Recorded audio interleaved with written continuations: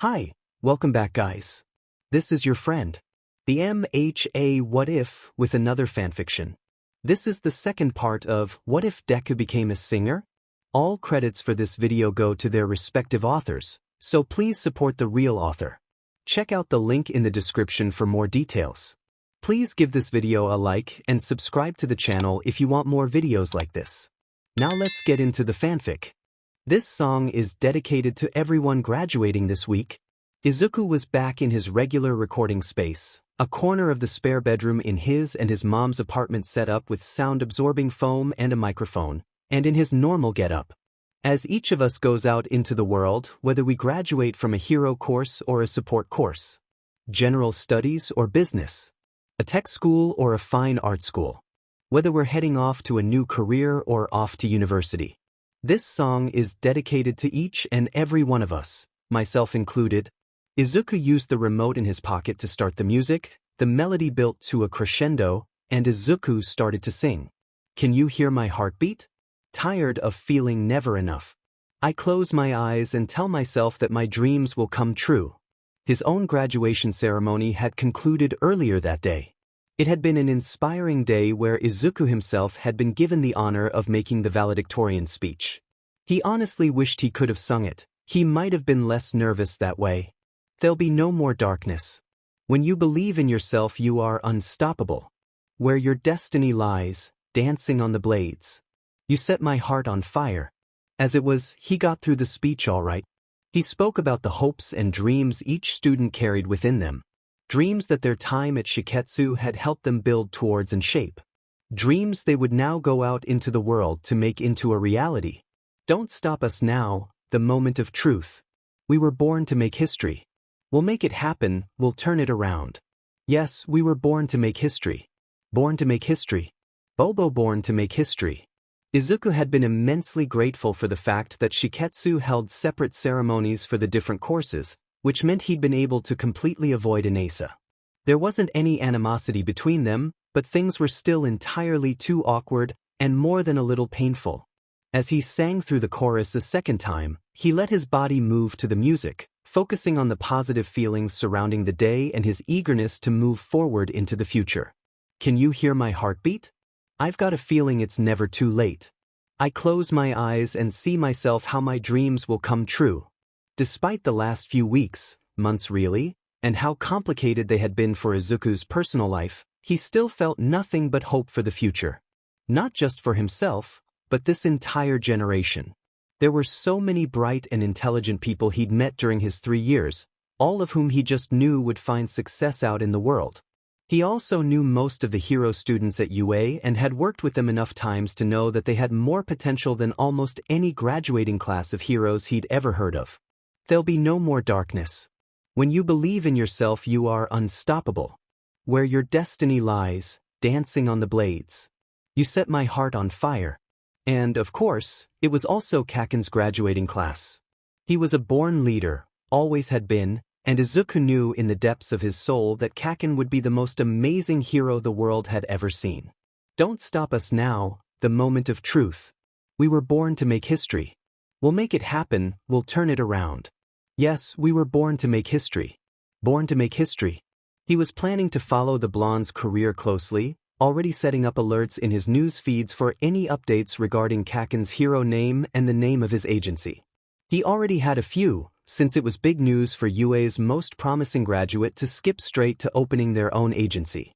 Even Lemillion, All Might's personal protege, had gone the sidekick route for a year before opening his own agency, but Kaken was anything but predictable. He did things his own way and exploded anything that got in his way, figuratively and oftentimes literally. Bobo born to make history. Don't stop us now, the moment of truth. We were born to make history. We'll make it happen, we'll turn it around. Yes, we were born to make history. Izuku was even hopeful about his own dream and his own future. Through his work with Shiketsu, he decided that he wanted to go into the field of hero analytics. It wouldn't be easy though. Hero analyst was an extremely sought-after position. Only the biggest hero agencies could even afford to employ them, and the few spots they did have were usually reserved only for those with the most impressive observation and analysis quirks. Don't stop us now, the moment of truth. We were born to make history. We'll make it happen, we'll turn it around. But he wasn't going to let that stop him. He was going to do everything in his power to make his dream happen. He had already been accepted into the University of Tokyo and was going to pursue a double major in analytics and hero studies. It would be a tough curriculum, but he knew he was up to the challenge. He was even willing to start at the bottom after graduating from university, working in an entry-level non-hero-related analysis position and work his way up, something many prominent hero analysts had done in the past. Yes, we were born to make history. We were born to make history. We were born to make history. Yes, we were born to make history. As he belted out the final note and the song came to an end, he couldn't stop the wide smile from spreading on his face. He walked over to the camera to give his closing message. To each of us who are graduating now, let's go out there and show the world what we've got. He let his smile morph into his most Kakin-esque smirk. They're not gonna know what hit them. Remember, I love you all. Thank you. The subsequent 6 months passed by for Izuku in what felt like a blur. As soon as his freshman semester started, he was immediately inundated with work. Doing a double major of any kind and at any university was already a heavy load, but the hero studies and analytics programs at the University of Tokyo were the best of the best, and they really demanded almost all of his time and attention. He had known this was going to be the case, but a part of him hadn't been fully prepared for exactly what that was going to involve. He hadn't seen any of his friends since graduation, or earlier in some cases, and because he'd moved into the university dorms, he hadn't even seen his mother since he started school. He missed all of them terribly, and felt a little bad for being so unavailable, but the handful of times he'd managed to communicate with them, they were always very supportive and understanding. His mother in particular was always overflowing with pride for his accomplishments, usually tearing up by the end of a conversation, leading to Izuku tearing up a little as well. The only person he had managed to keep in slightly more regular communication with was KEM0715, through their DMs on Twitter. He still had no idea who the other man actually was, but he'd learned a few things. He'd gotten confirmation that Kim was, in fact, a guy. He'd learned they were about the same age, since he'd graduated at the same time as Izuku. He'd learned that he hadn't gone to university after that, instead going straight into running his own business, doing something in public service, though he hadn't been more specific than that. And he learned that, whatever he did for a living, it kept him just as busy as Izuku was with school. Because of this, they'd been able to communicate sporadically, sending a message whenever either of them was free, with no expectation of an instant reply. It meant they didn't have to worry about upsetting the other by not responding fast enough, and because they both tended to keep odd hours studying and working, they didn't have to worry about sending a message too late at night. In a weird way, despite not actually knowing too terribly much about him, Kim had become one of his closest friends since starting university. It wasn't like they talked constantly, but they did talk consistently, which was more than could be said for any of his other friends. Izuku had taken to just calling him Kem, mostly just to avoid having to capitalize the letters every time, and Kem continued to just call him Deku, which honestly only served to remind him more of Kakin, something he was actively trying not to do. It wasn't fair to compare Kem to some stranger he'd never met. Izuku had asked him once what Kem stood for, but he'd only replied their initials and left it at that. Izuku assumed they were his real initials and opted not to press further, since they hadn't yet revealed their real names to one another. Izuku's thoughts were abruptly returned to the present by the sound of All Might announcing a notification on his phone. Huh, speak of the devil. That's probably Kem, Izuku muttered to himself. He reached out to grab his phone off of the desk in his bedroom but was surprised by the name on his phone. Oh, it's Camie. Izuku felt truly bad about how out of touch he'd become with his best friend. They hadn't seen each other in person since before his breakup with Inesa. She desperately wanted to attend both of their graduation ceremonies, but had been forced out of the country on a mission. By the time she'd returned, school had started for Izuku and the two of them had been too busy to make time to meet up. They'd barely had time to communicate at all, really. Camie, 11:02 a.m. Izuku, have lunch with me today. I have the day off. Izuku looked over to the pile of homework and study materials on his desk, interspersed with several open textbooks. It was a Saturday, which meant he had no class, but he did have a lot of studying left to do before Monday. 11:03 am. It's been too long. I don't know if I can today, I have a ton of homework. Crying face. Plus, I have a test Monday I need to study for. Camie 11:03 am. Izuku, calm down. You have to eat at some point, right? So meet me for lunch in an hour. I won't take much of your time, we just haven't seen each other in like forever. I know this place that's close to your campus, so you shouldn't have to go far. Okay, cool, see you then. There was one more message containing a GPS pin of a little cafe that served sandwiches and things and was just a few minutes walk from his dorm. Knowing Camie, she'd silence their chat thread so that he wouldn't be able to respond and back out.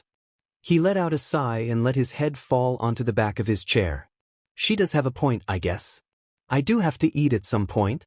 As if in agreement, his stomach chose that moment to give a low grumble. He stared down at it like it had betrayed him. Alright, fine, I'll go. It will be nice to see Camie again after all. With a huff of exertion, he threw himself out of his chair and made for his dresser to change clothes. Despite being given an hour's notice and only being a few minutes away, Izuku still somehow managed to be 5 minutes late to meet Camie. He hurried himself into the cafe nearly out of breath and started scanning the tables, but didn't see her anywhere.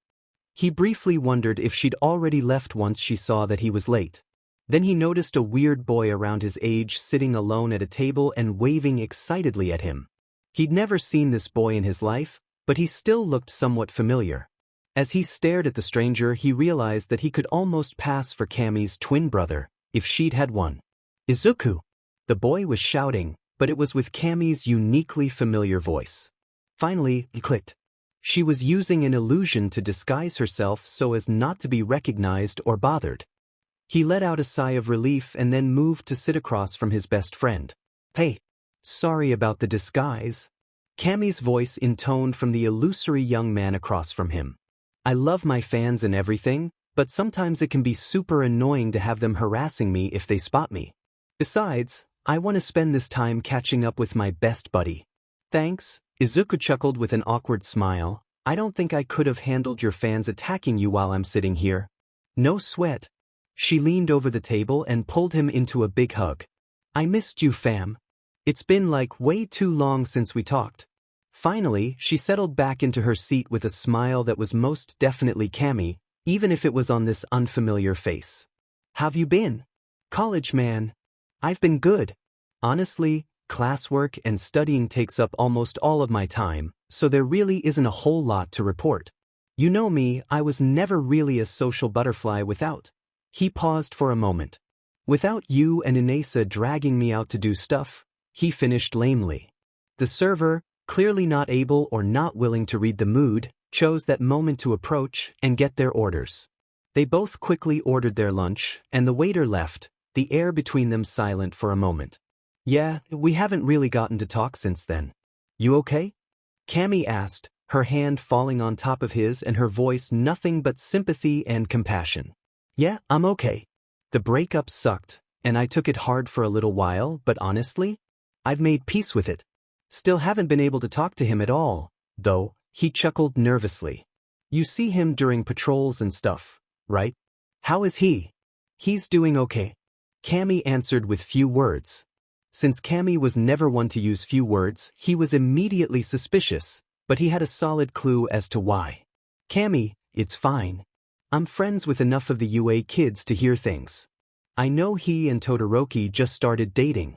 It's really okay, I'm happy for him. Both of them. He tried to put on his most convincing smile. I just want to make sure that he's really doing okay, you know? She gave him a pitying look for the briefest moment, but tucked it away quickly. He's doing fine, Izuku. He was pretty broken up after you two split, but he came to the same conclusion you have and I have. You two weren't really a super great couple. Those dumb Shiketsu rules probably have a lot to do with that, but you two are just great friends, and once you get past the awkwardness of the breakup, you'll go right back to it, yeah? You're right. Thanks, Camie. I'm glad he's doing well, and honestly, he and Todoroki will be good for each other, I think. 100%. You are allowed to be a little jealous though, you know. She gave him a teasing look. He laughed good-naturedly. Yeah, I know, but I promise I'm fine. Really, right now I'm just feeling more lonely in general than anything. Totes. That's understandable, 'cause like just about all of your closest friends are newly minted sidekicks and pro heroes, which leaves like no free time, and you're super busy being a mega genius at college and getting those double degrees. I imagine it's tough to see anybody. Yeah, it is. I haven't even had time to keep up with the channel. A lot of my followers are really wanting a new video, but I haven't posted anything since graduation. True, but that song fucking slapped, Izuku. Your fans should be satisfied for a while. Besides, the whole point was to make you feel good and let you do something you enjoy, but you gotta focus on school and stuff too. You're right. I do want to do something soon though, if I can find the time. He let out a little sigh, hoping he wasn't about to sound childish. I miss my mom too. I feel bad, leaving her all alone back home, and I've pretty much always had her to come home to. For sure.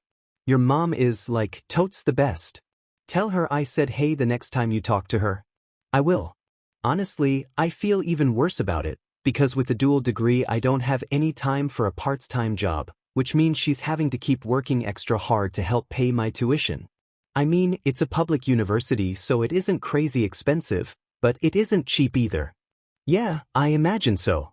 You know I'm happy to help you out if you... He held up a hand to stop her. I know. And I appreciate it, but I can't accept that. It's not like you're raking in the cash just yet as a sidekick, and Tokyo is expensive to live in. I'm doing fine, I just feel a little guilty making my mom work so much. Well, first off, I know your mom would tell you that you aren't making her do anything. She loves you and wants to support you. He blushed and looked down to the side, knowing that she was right. Second off, that's fine. Just know that I'm always here to help you if you need it. She gave a big warm smile, briefly letting her illusion flicker off so he could actually see her instead of the boy she was disguised as. Third off, I'm paying for lunch. He waved his arms in front of him in protest. Camie, no. You don't. Shut it, Izuku. I'm paying, so get over it. Now, tell me about your classes. Any cute boys? She gave a teasing smile and they fell into a natural rhythm of conversation. It reminded him a lot of their days in the Shiketsu cafeteria, gabbing away about anything and nothing at all. The waiter brought out their food a short while later and they enjoyed lunch together, spending time continuing to catch up. He talked about his classes and she about some of the missions she'd been on and, most interestingly to Izuku, some of the quirks she'd gone up against. It was the best lunch he'd had in quite a while, and he was immensely grateful to have Camie as his best friend. She could be goofy and air-headed at times, but she always knew exactly what to say and do to make him feel better. True to her word, Camie paid the tab, despite Izuku protesting several more times. They said their goodbyes, gave a big hug, and Izuku headed off towards campus, back to his dorm to study. The last year and a half since graduation had been a whirlwind of chaos for Katsuki. He'd had to hit the ground running with his new agency, figuratively and literally, since his first patrol had ended with him chasing a speed quirk villain through downtown Tokyo for 20 minutes. He'd managed to bag the guy, and it had made for some great opening publicity, but it was exhausting. Every day was at this point, having to balance patrols, missions, and paperwork. As he'd been warned many times before, it left him basically no time for any kind of social life. Every day after work, he'd go back to his modest one-bedroom apartment, cook himself the fastest dinner he could, and then immediately pass out. Even his days off were mostly spent filling out paperwork he'd put off during his work shifts, working out to make sure he stayed in top shape, or just sleeping more. Aside from the very occasional bar night with the Baku squad, his only enjoyment outside of work revolved mostly around Izuku. If he wasn't watching one of his old videos, he was chatting with him online under his Camie alias. At Deku sings, Deku, how's it going? Speak of the devil.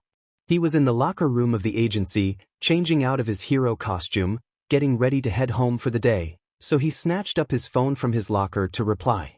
At Chem0715. Sup Deku. You have good timing.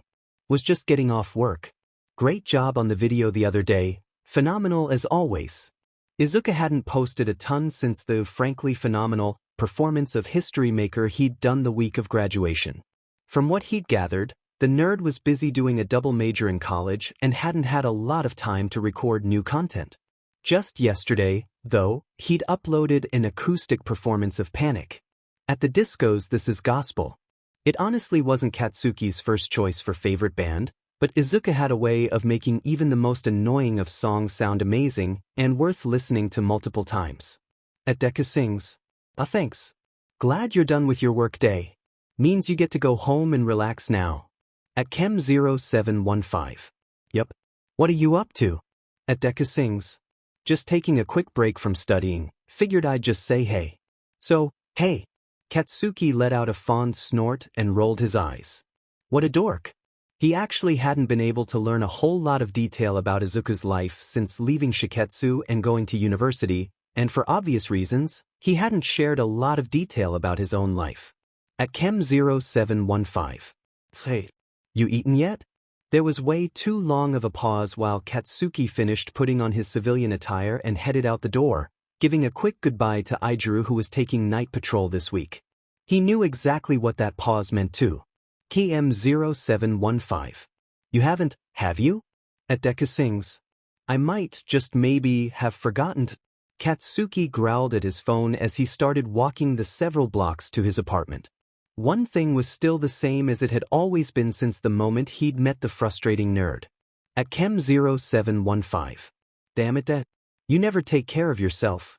Put your damn books down and go get yourself some fucking food. At Deku sings, Bakem. I still have a lot of studying to do. At Chem0715. Now Deku.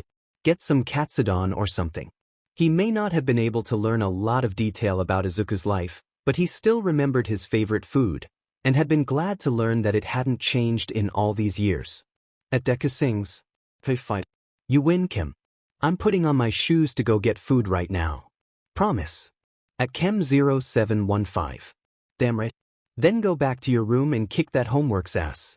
At Deku sings, okay. I will. Katsuki smiled as he got into the elevator at his complex to head up to his floor. He could practically hear the nerd's stupid little giggle. They talked with as much frequency as their schedules allowed, but since as far as Izuku was concerned they were random internet strangers, they kept a lot of personal details out of their correspondence. On the one hand, Katsuki was relieved that he wouldn't have to reveal his now year-and-a-half-long deception, and he was proud of Izuku for practicing good internet behavior in not giving out his personal information to a stranger online. On the other hand, he really wanted to know more about Izuku's life. Between their conversations and what little life snippets Izuku let spill during his video intros and outros, he'd gathered that Izuku had gone to university after graduating from Shiketsu, but he didn't know which university. He knew that he was double majoring and that at least one of his focuses involved a lot of statistics and analysis, since he'd complained multiple times about some of his lessons. Katsuki didn't understand a word of it, but he was happy to be a sounding board for the Greenette's frustrations and venting. He knew that he missed his mother, since he was living in the dorms at his school. He couldn't blame him. Everything he remembered about Auntie Inko was warm, loving, and motherly. He knew the old hag still kept in touch with Auntie from time to time, but that was about it. He wished he knew more. He wished he knew what Izuku was studying, where he lived, who his friends were, if he was seeing anyone since the breakup with Wind Bastard. He wished he could be there to hear the nerd's complaints about his classes in person, to give him a hug and make him a pot of tea before he dove back into his studies, to come home to after a long patrol, instead of the dark and empty apartment he was stepping into now. There was, of course, an easy way to try to make that happen, which was to come clean about who he was. He was way too scared to do that, though. Yup, one of the top 20 heroes in Japan, scared to correct a stupid little lie. Katsuki fucking Bakugo, able to take on the most terrifying of villains with nothing but rage and confidence coursing through his blood, scared about reversing a lie he'd been telling to his childhood friend and crush. He'd really wanted to tell him, to see if they could start talking on equal footing and work towards being friends again. Maybe even something more than friends, if he listened to the most hopeful part of his heart. But he kept chickening out about it every time he tried. And the longer he went without coming clean, the harder it was to do so. Seriously, how do you tell someone, oh, by the way, I've been lying about my identity for the last almost 2 years to you? I'm actually the guy who made your childhood hell. Surprise!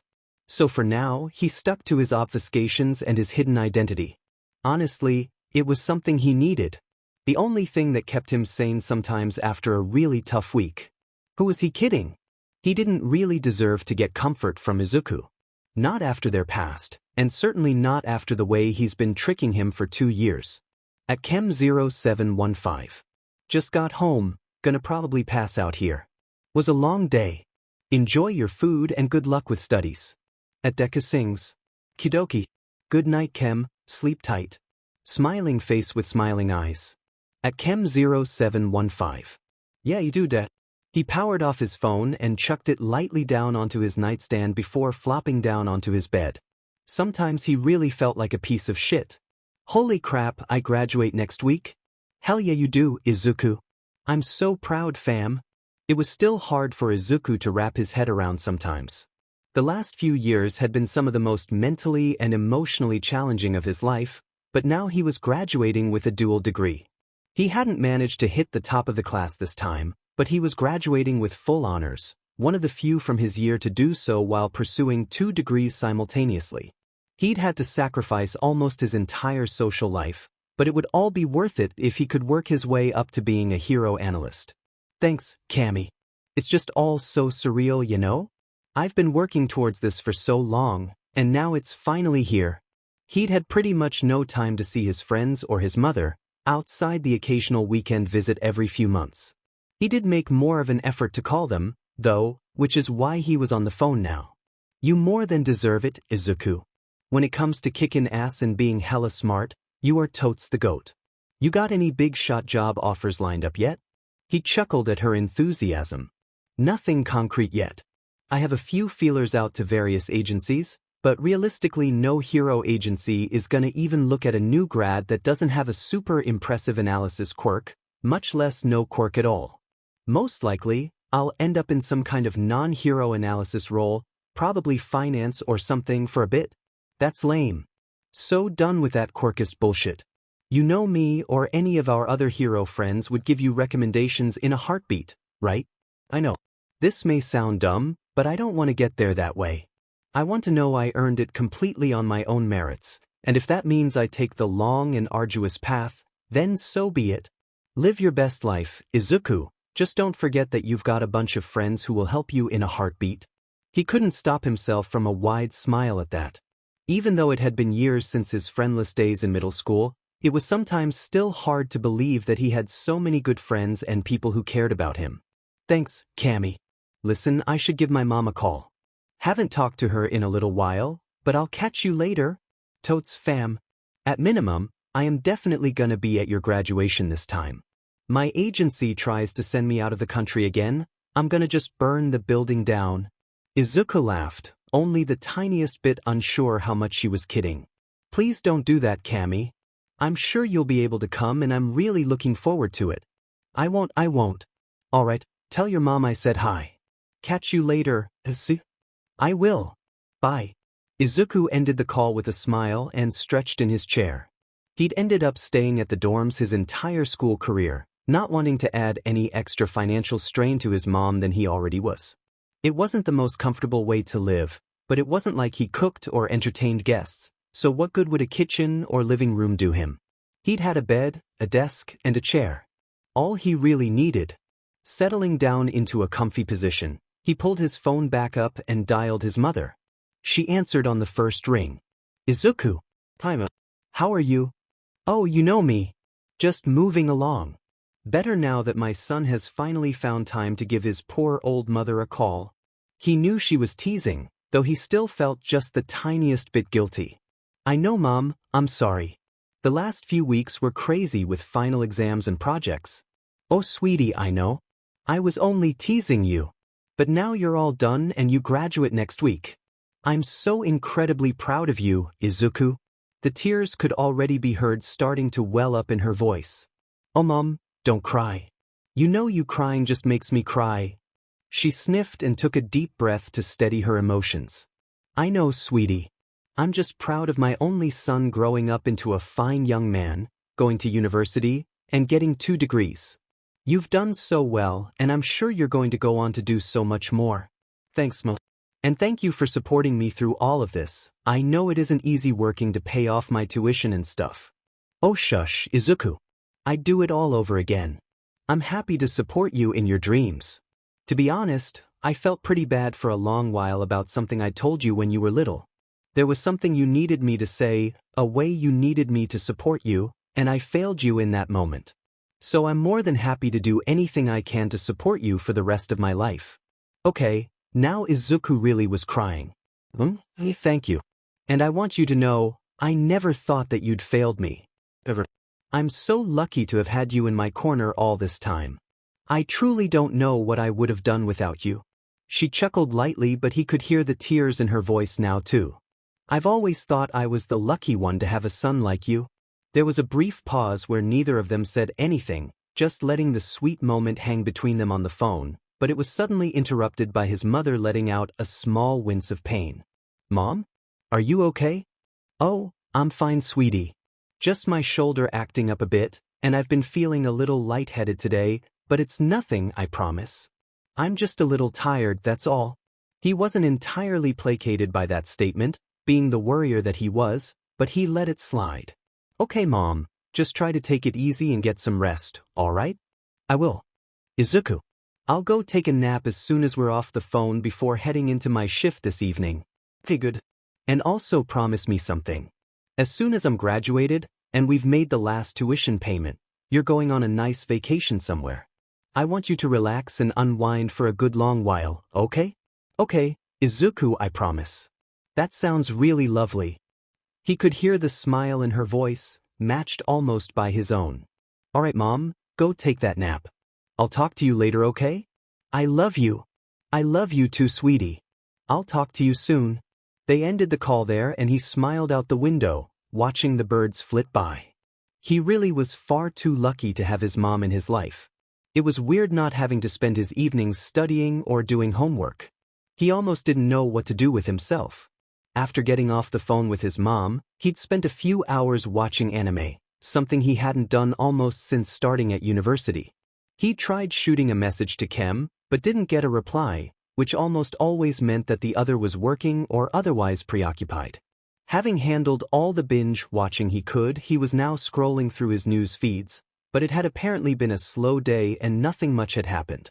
He was about to call it quits and just go to sleep early for once in his life, but then his phone buzzed in his hand. At Chem 0715. Sup Deku. At Deku sings. Hey Chem. Just get off work? At Chem 0715. Yup. It was a fucking rough one too. At Deku sings. Super busy? At Chem 0715. Exactly the opposite, fucking nothing happened. I hate when nothing happens, it's super fucking boring. And honestly it puts me on edge. Like something is happening and I've just missed it. At Deku sings. Yeah, I get it. Honestly felt kinda like that today. Kept having this knot in my stomach like I was forgetting some paper or exam I should have been studying for. At Chem 0715. Oh shit, that's right. You graduate next week, right? Congrats. At Deku sings. Thanks. Yeah, next week. Been telling all my friends, it just feels so surreal. Not gonna be a student anymore, gonna have to actually join the workforce. At Chem 0715. Well, whatever you're gonna do, I'm sure you're gonna fucking kill it, Deku. At Deku sings. Thanks. That means a lot. Smiling face. At Chem 0715. Of course. So, what did you do today then, now that you have no obligations for a bit? At Deku sings. Oh, I did something I haven't gotten to do in forever. I binge-watched some anime. At Chem 0715. But yeah, did you finally give Blue Exorcist a try? At Deku sings. No not yet, sorry. I watched that one about the ice skaters in a world without quirks. It was super sweet and romantic. At Chem 0715. Oh yeah, a few friends have recommended that one to me a few times. Not sure it's my thing though. This was your first time watching that one? At Deku sings. At Chem 0715. You're such a musical dork. You sang the theme song to it like 4 years ago. But you're just now getting around to watching it. Leave it to you to do the song of an anime several years before watching the anime itself. At Deku sings, Omega, don't judge me. At Chem0715. I would never. Smiling face with horns. They spent the next hour like that, just chatting away like they always did. They discussed anime, video games, some of Izuku's final exams, Izuku's latest video. Anything and everything. Izuku still didn't know who Chem really was, but he really felt like he knew him. Maybe that was a weird distinction, but it still made sense to him. He felt like a bit of a creep, but he maybe was starting to get a bit of a crush on his mysterious internet friend. The one who always made time to talk to him, who defended him like a wild dog in the comments of his videos. It was silly to crush on someone you'd never seen or met, but still, crushing is exactly what Izuku seemed to be doing. There was a bit of a lull in their back and forth before Chem finally sent another message. At Chem0715. Hey, there's something I should probably tell you. What the heck did that mean? It sounded super ominous. Izuku's overanalyzing brain was starting to build up into overdrive thinking about the implications of what Chem could be talking about. He was just about to reply when he was suddenly startled by his phone starting to buzz in his hand with a phone call. That's weird. Don't recognize the number. Wonder who it is? He slid to answer the call and held the phone to his ear. Hello. The voice on the other end was a masculine yet somehow comforting voice. Hello, is this Izuku Midoriya? Izuku tilted his head in confusion. He wasn't expecting any calls. Yes, this is he. Who may I ask is calling? Good evening, Mr. Midoriya. This is Dr. Takahashi at Kyoto General Hospital. I'm afraid I have some bad news. His mind began to race immediately. A doctor? Bad news? Kyoto General? Izuku had never been there before, but it wasn't terribly far from where Shiketsu was. Someone he knew must have gotten hurt or something. He didn't think he was anyone's emergency contact, though, except for his mom. Izuku's heart fell into his stomach, and he found his mouth had gone so dry as to leave him speechless with fear. Not hearing any response, the doctor continued. I'm afraid your mother Inko has suffered a massive heart attack. He felt like the floor was falling out from under him, but this news shocked his brain and mouth back into action. What happened? Is she okay? What's her condition? Where is she? They're at Kyoto General. I'm in Tokyo, so I can get there in just a few hours if I take the bullet train. What room? Dr. Takahashi cut him off with a forceful yet gentle tone. Mr. Midoriya, please take a deep breath. He paused for a moment while Izuku did so. I'm very sorry to have to tell you this, but I'm afraid your mother didn't make it. She was brought in critical condition and we did everything we could to stabilize her, but the damage to her heart was too severe. There was nothing we could do. And just like that, Izuku's world crumbled to pieces. It never ceased to amaze Katsuki how quickly talking to Izuku could cheer him up. The day's patrol had been shit and kept him on edge the entire time. Nothing beyond small-time purse snatchers had come up, but he couldn't escape the feeling that something was going to happen. He'd call it a second quirk, but it really happened any time there was a slow day and very rarely were his doom and gloom senses correct. Still, he'd felt on edge all day and had gone home hoping to just devour a meal and then try his best to sleep it off. Halfway through his meal, though, he got the urge to message Izuku, and so he did. It turned out to be a great idea, as they spent over an hour just chatting back and forth about anime, music, whatever, and by the end of it, Katsuki had a big grin on his face. Then that niggling voice in the back of his mind crept in. The one that told him he didn't deserve to take advantage of Izuku like this, especially not if he was going to lie about who he was. Pretend to be some stranger instead of his childhood tormentor. But would Izuku really care? The green-haired boy was forgiving and caring to a fault. And Katsuki had changed, right? He'd learned how awful he'd been, and he had even said many times that Izuku deserved an apology from him.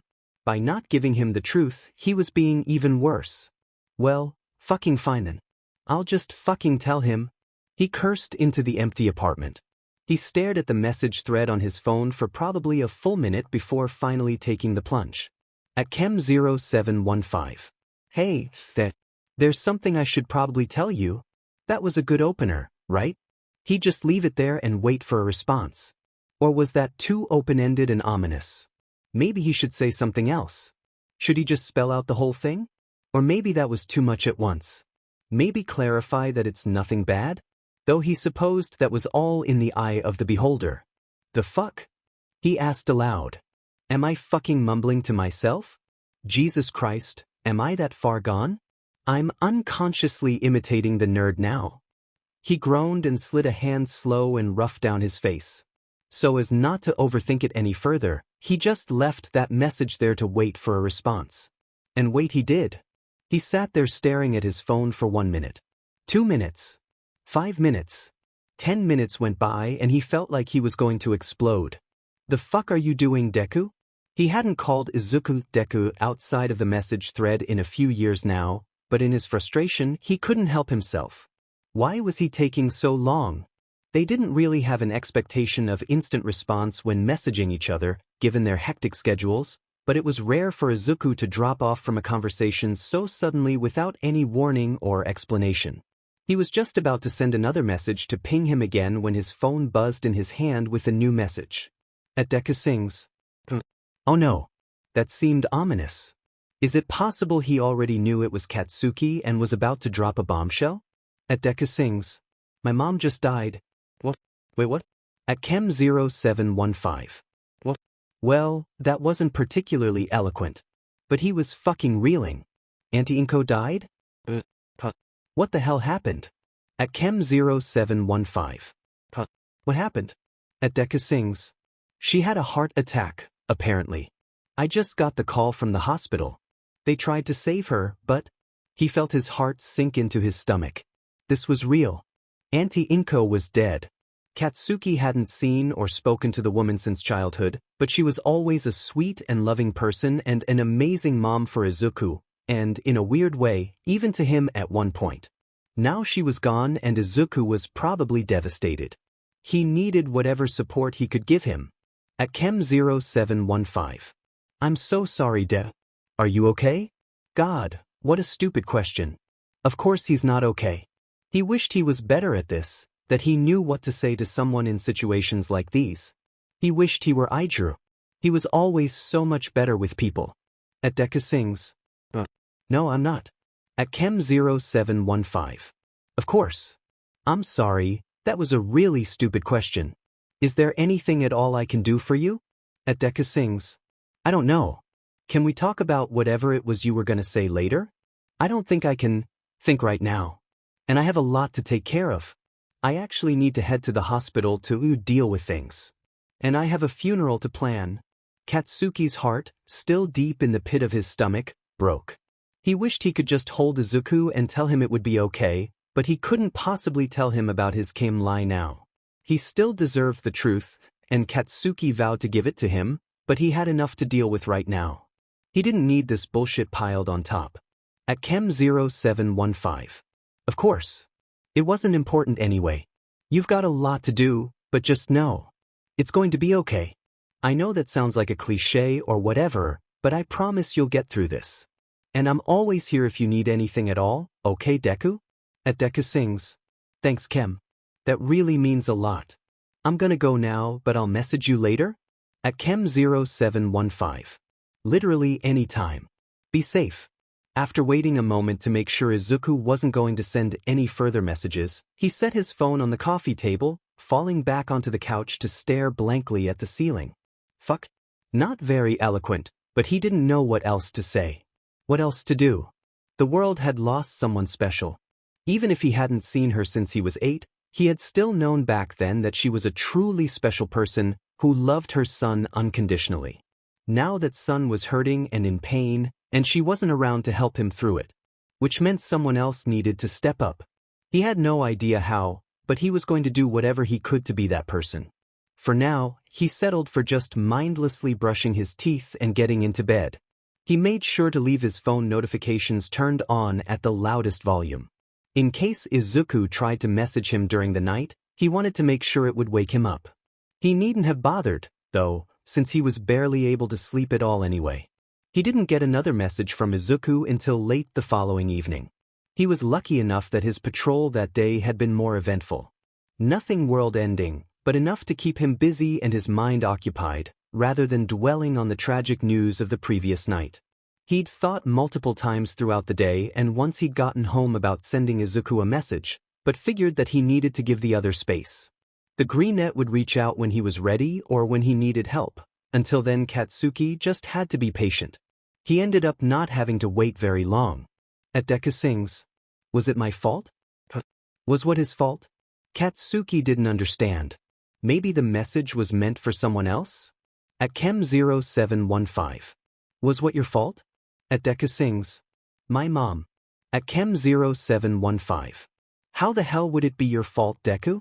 At Deku sings, "She was working so hard to help pay for my school. She didn't say anything, but I think she took a second job even. And she was getting older. She was at a point where she should have been working less and thinking about retiring. But instead she was working as much overtime as she could handle just to help me. Because I insisted on going to university. It's my fault, isn't it? If it hadn't been for me and my school, she could have retired. And she'd still be here." Katsuki's heart was breaking all over again, but he couldn't let this go on 1 second longer. At Chem 0715. Do you stop? Stop doing this to yourself. It isn't your fault. Not one fucking bit. If you keep saying dumb shit like that, I'm gonna hunt you down and smack you. He took a deep breath to center himself once he saw the typing bubbles disappear. At Chem 0715. Your mom loved you so fucking much. I guarantee fucking to you that she doesn't regret a damn thing. And if she heard you talking like this, she'd probably smack you. Or at least tell you off for saying something so completely wrong. She wanted to support you, to help you follow your dream. So she did everything she could to make that happen. And if you start wallowing in self-pity or self-loathing, then it cheapens all of it. So quit blaming yourself for something that isn't your fault. Okay? There was far too long of a pause, but Katsuki bit his metaphorical tongue.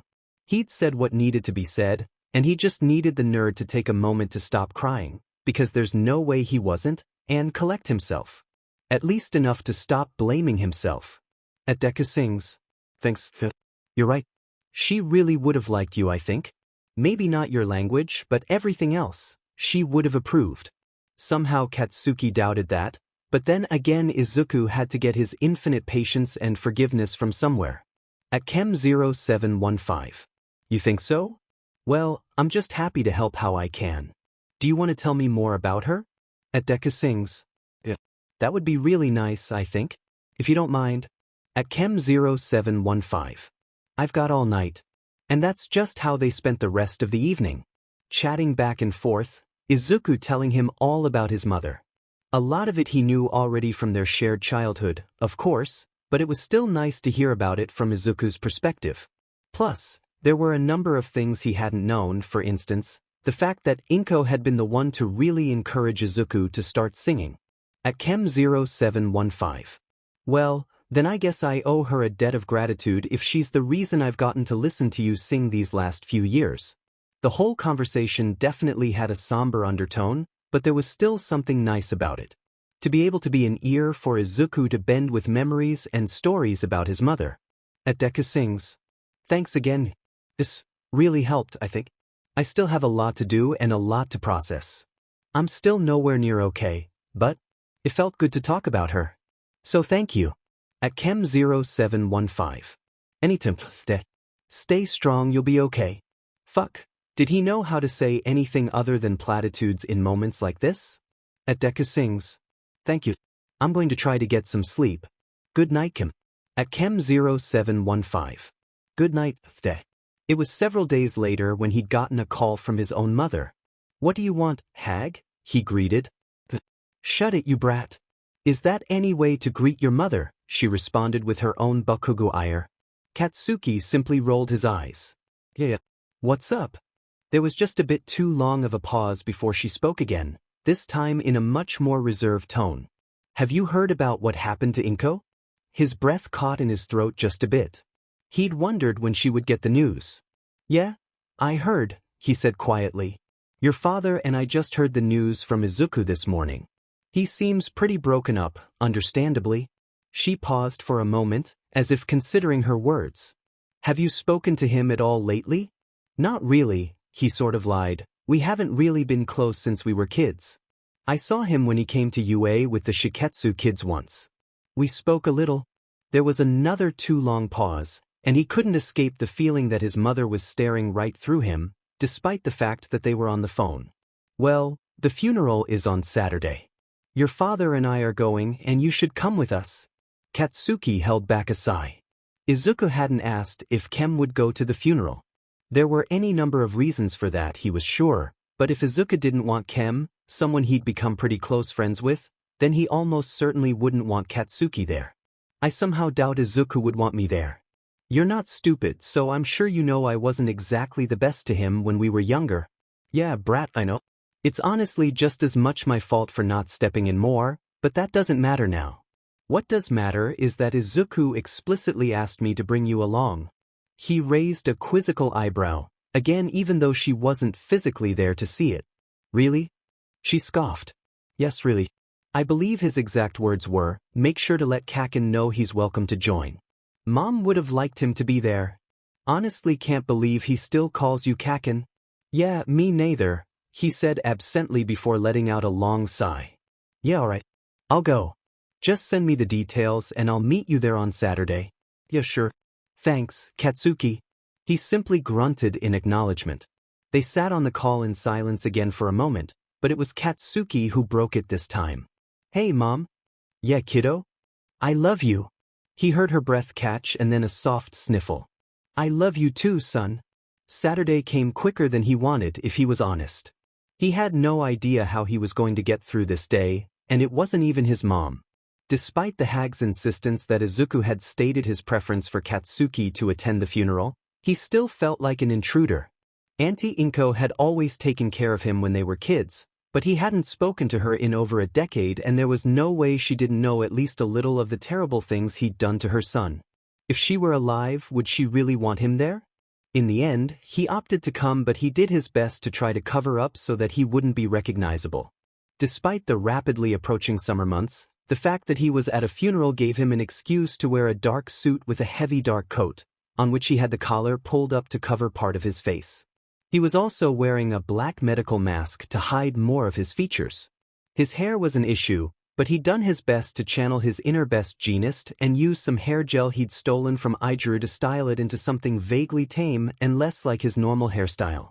Upon arrival at the funeral home, his parents moved to find seats towards the front, but he kept towards the back and tried to avoid running into anyone he knew.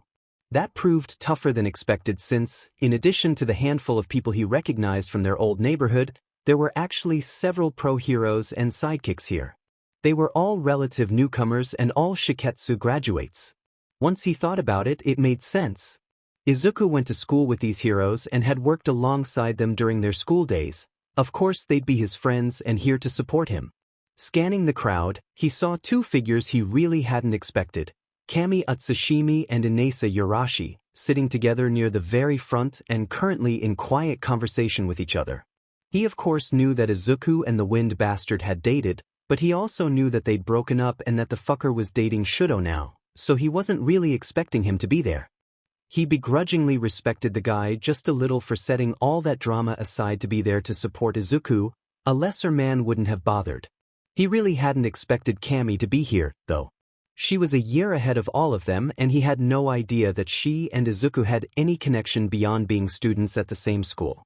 She was friends with Baldy, so maybe that was the connection?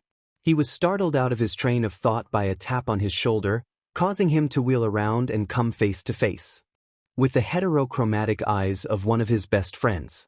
Is that supposed to be a disguise? Because I recognized you right away, Katsuki.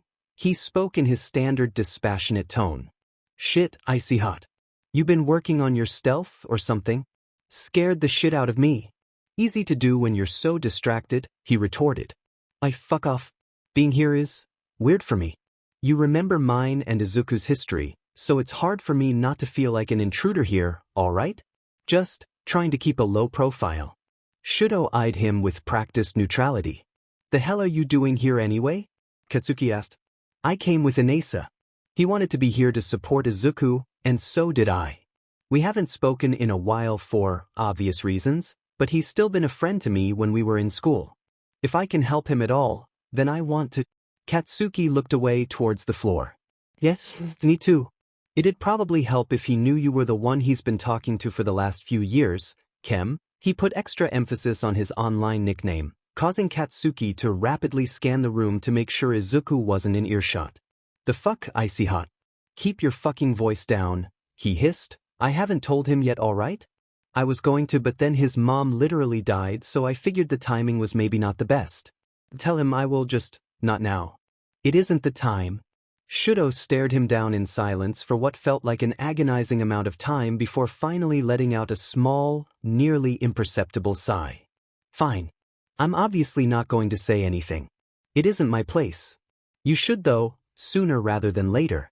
I know I'm not the best with social cues or anything, but for what it's worth, I don't think he'd be upset, not for long anyway. It's not in his nature to hold a grudge. I know. He placed a hand on Shudo's shoulder. Thanks, Sho. Shudo let the smallest of smiles show through. Yeah, no problem. Oh, for what it's worth, I know you must have been close with his mom at one point, so I'm sorry for your loss. That sent him reeling just a little bit. He hadn't really thought of it too much as his own loss, but he supposed it was in a way. Thanks. Yeah. I'm going to go join Inesa and Camie, but I'm here for you too if you need me. Oh right, what is Glamour Girl doing here anyway? She just here with Inesa too? Shudo gave him a quizzical look. No, she's Izuku's best friend. With no further explanation, he walked off towards the pair of Shiketsu grads, not caring that he just blew Katsuki's mind. The information shouldn't have been surprising, but for some reason, the role of Izuku's best friend had always been either his or nobody's. He'd foolishly never considered that someone else could have taken that spot. He didn't have much time to process that bombshell before the service began, the officiant politely asking everyone to take a seat. Katsuki found a seat all the way in the back, trying to blend in among a few other similarly dressed strangers. The officiant started things off with a few words about Inko. They were kind but clearly came from a person who hadn't known her personally, simply been told what she was like. Once he finished, a series of people were invited up to share their own memories. There were a few of her friends and co-workers, people he recognized from their old neighborhood, and even his own mother got up to say a few things. Everyone's words were nothing but praise and love for the departed woman. His mother even got a little teary-eyed while she spoke about their long friendship, and he could count on one hand the number of times he'd seen that happen before. As the service progressed, Katsuki couldn't help but notice one notable absence, even if he was trying not to think about it too much. Izuku's deadbeat asshole of a father, Hisashi, wasn't present. Fucker couldn't even be bothered to show up to attend his wife's funeral. Or ex-wife maybe? He honestly wasn't sure if Inko had ever gotten around to divorcing the bastard, though probably not. Either way, the fucker could have been there to comfort his only son through this awful time. Katsuki shook those thoughts from his head as Izuku himself was finally called up to speak. Finally seeing him for the first time since arriving, Katsuki's heart squeezed in his chest at seeing the green-haired boy. Someone had clearly tried to get him as cleaned up as possible, but Izuku still looked haggard. Most of it was in his face, as he was wearing a very clean-cut dark suit and his hair, which had grown even longer in the last few years, was pulled back into a loose bun behind his head. It honestly reminded him just a little of how Auntie Inko had always worn her hair, and he wondered if that was intentional. It was clear, though, that his face was worn down with emotion. His expression looked more or less neutral, but something about it just screamed out the agony he had to be feeling. Despite that, though, he put on his best fake smile as he stepped up to the podium where people had been standing. Katsuki could tell it was forced, having had to put on fake smiles to comfort victims of villain attacks before, but it was still pretty good. It would fool most people into believing it was real. All Might himself would have been impressed. Thank you all so much for coming. To those of you who spoke such kind words, you have my endless gratitude.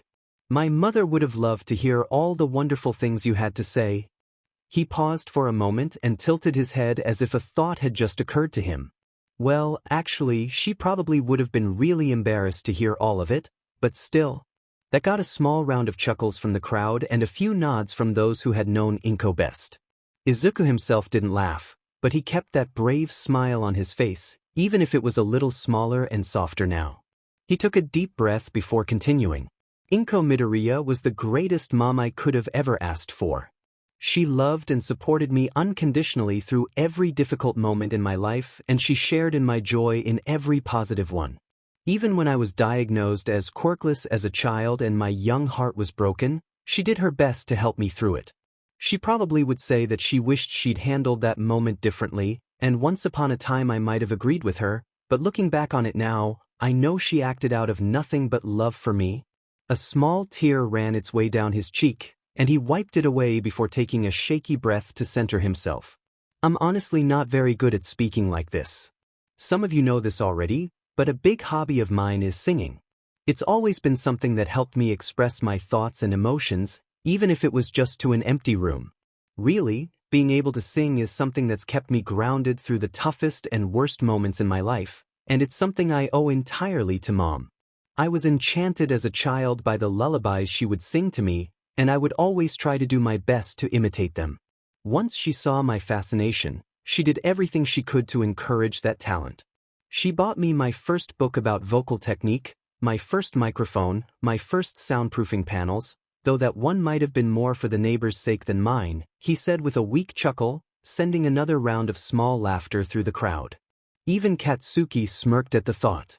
So, since I entirely owe this passion of mine to her, I thought it would only be right to express myself and honor her memory by singing. Indulge me. He didn't really wait for a response, not that he should have. He simply grabbed the mic from its stand and gave a nod to the A/V technician who was off to the side of the room. A moment later, the soft sound of strings began to come out of the speakers before Izuku raised the mic to his lips and began to sing. I've seen dark before, but not like this. This is cold. This is empty. This is numb. The life I knew is over. The lights are out. Hello, darkness. I'm ready to succumb. Katsuki had never heard Izuku sing in person before, but it was just as beautiful as it was in all of his videos. He just wished it didn't have to be in this situation, listening to his childhood friend, his crush, his whatever he was pouring out his pain and heartbreak at the loss of his mother. I follow you around, I always have. But you've gone to a place I cannot find. This grief has a gravity, it pulls me down. The emotions flooding out of Izuku as he sang were palpable. Small tears welled up in the corners of his eyes, and several of the more tear-prone members of the audience were already starting to cry. But a tiny voice whispers in my mind. You are lost, hope is gone. But you must go on. And do the next right thing. It was that turn, that need to keep moving forward despite the loss of all hope. That was what finally brought tears to Katsuki's own eyes. It was what was at the core of being a hero, everything it had taken him years to truly understand but Izuku had seemingly understood practically from birth. Can there be a day beyond this night? I don't know anymore what is true. I can't find my direction, I'm all alone. The only star that guided me was you. It suddenly struck him that not only would Izuku never be able to speak to his mom again, but neither would Katsuki. They hadn't spoken in such a long time, but some part of him had hoped that once he eventually worked things out with Izuku that he'd be able to see her again and give her an apology for the way he'd treated her son. Now that would never happen. How to rise from the floor. When it's not you I'm rising for. Just do the next right thing. Take a step. Step again. It is all that I can. To do the next right thing. As the tears grew thicker in his eyes, Izuku's gaze fell directly on Katsuki. His heart skipped a beat and he feared that he'd been made, but the other's eyes quickly passed on. In that brief moment, though, Katsuki could see the anguish so full in his eyes, he was practically drowning in it himself just by looking. I won't look too far ahead. It's too much for me to take. But break it down to this next breath, this next step. This next choice is one that I can make. The music swelled as tears streamed down Izuku's face, his voice breaking every other note, but still he pushed through, belting out the song and holding nothing back. So I'll walk through this night, stumbling blindly toward the light, and do the next right thing. And with the dawn, what comes then? When it's clear that everything will never be the same again. The raw emotion washed over the crowd like a tidal wave, Not a single eye was dry in the entire room, even the funeral staff who didn't even know Izuku or his mother were crying.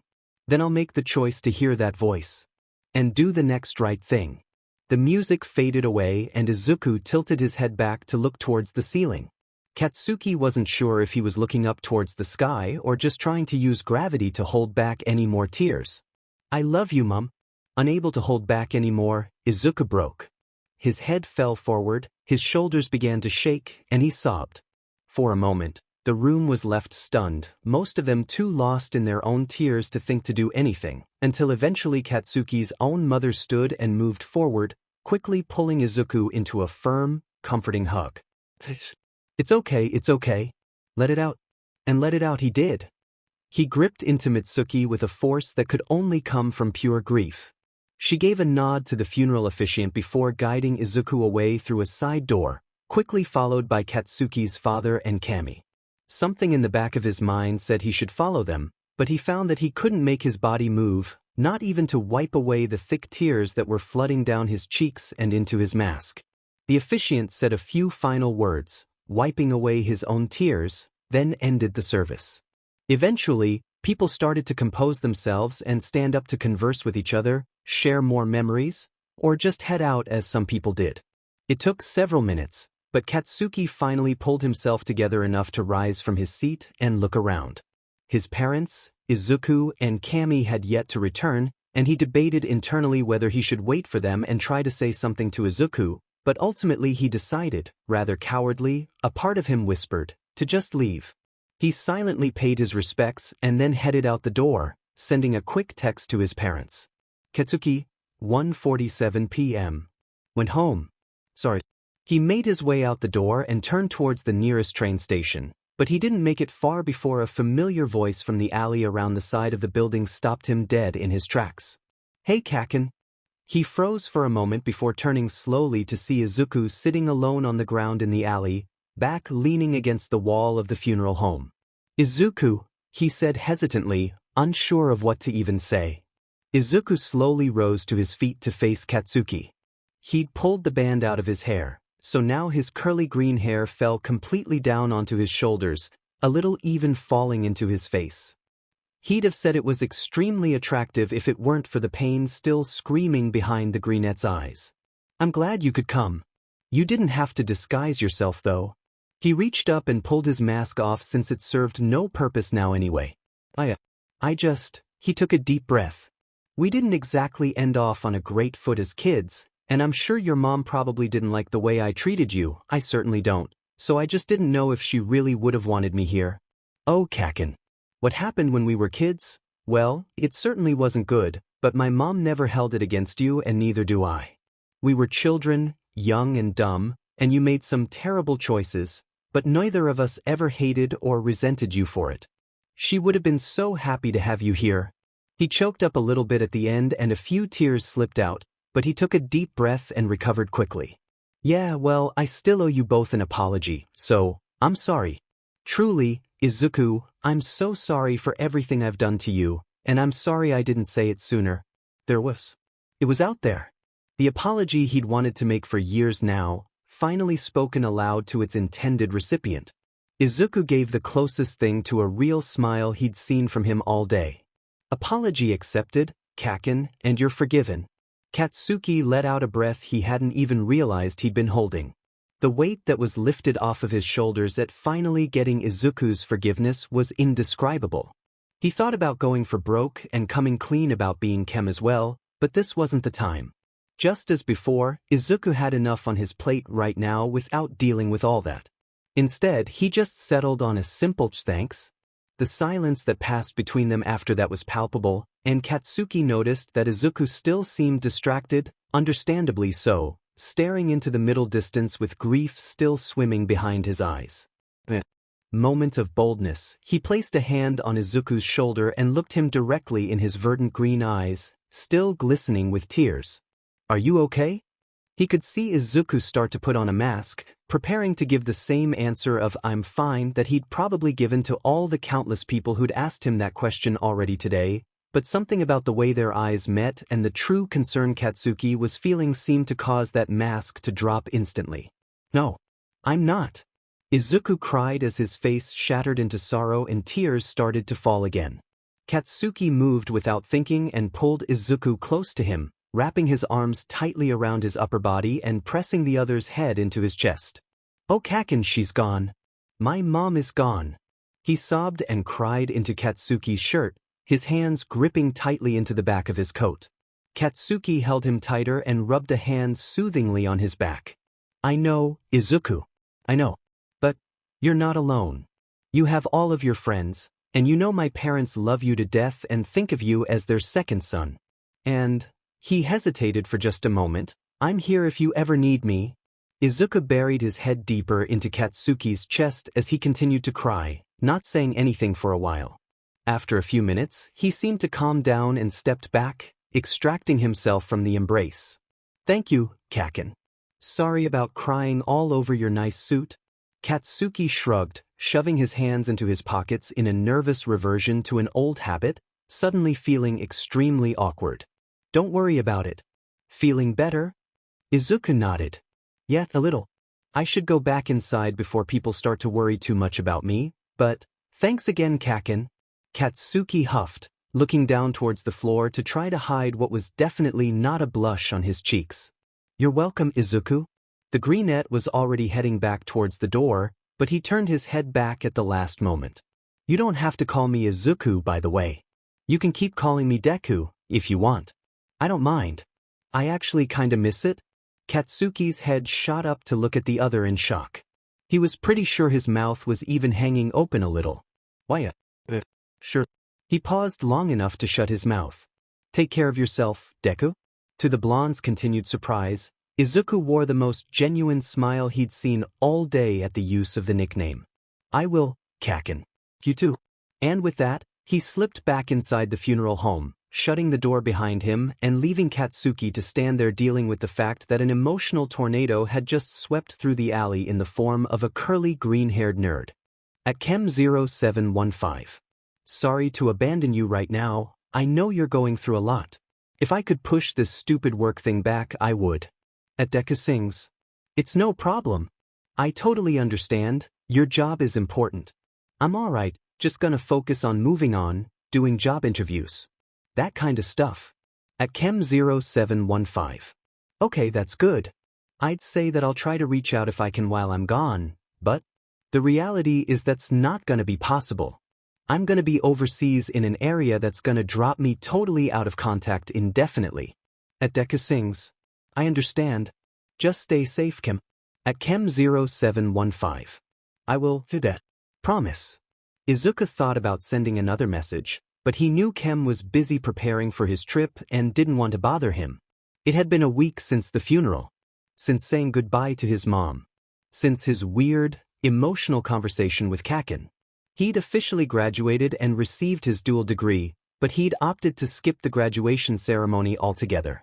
It didn't seem right going without his mom there to watch him walk across that stage. His friends had been amazingly supportive over the last week, and he was eternally grateful for their presence.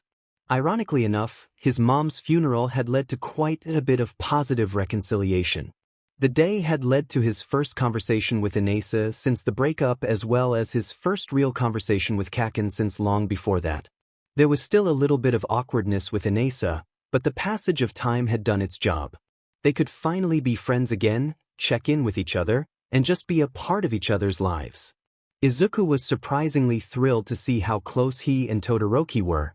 They really seemed to be perfect for each other. Things with Kaken were a little weirder, but still positive. They hadn't talked at all since their moment together in the alley at the funeral, but that had been a heartwarming conversation and honestly was something Izuku had desperately needed. Hopefully, it wouldn't be the last he and Kaken would see of each other, but he wasn't about to force anything. He would just let fate run its course.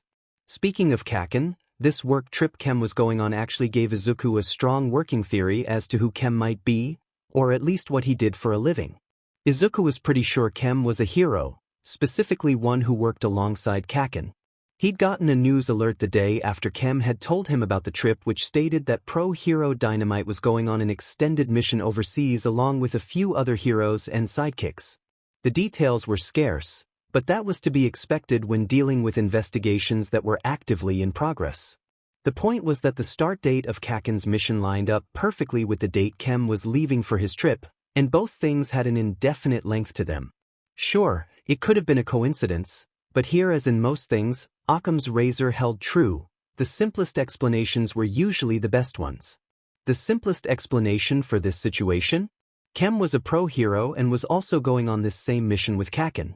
It also fit with Kem's extremely busy and seemingly erratic schedule, since hero patrols tended to vary pretty wildly in terms of scheduling and duration.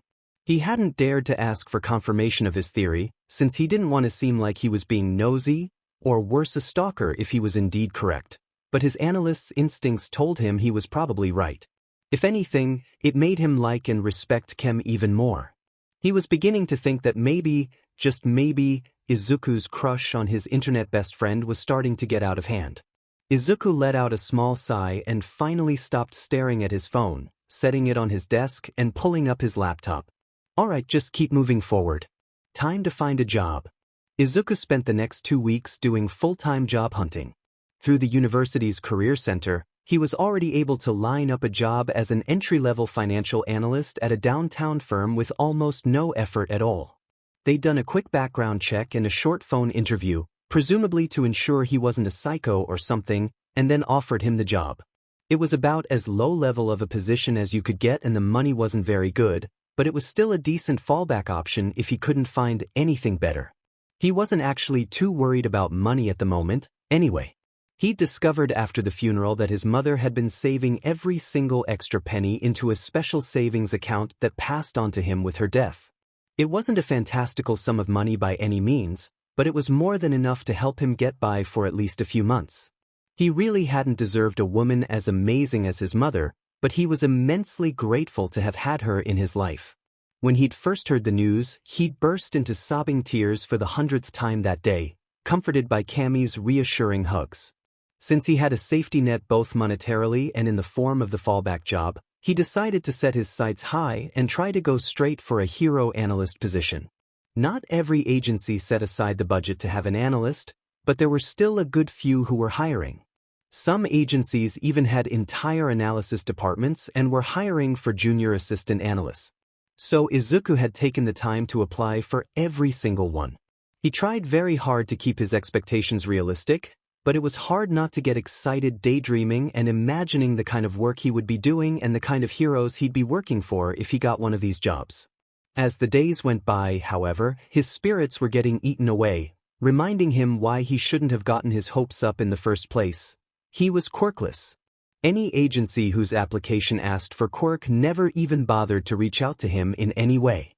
1 or 2 sent an automated thanks but no thanks email, but most didn't bother to even do that much.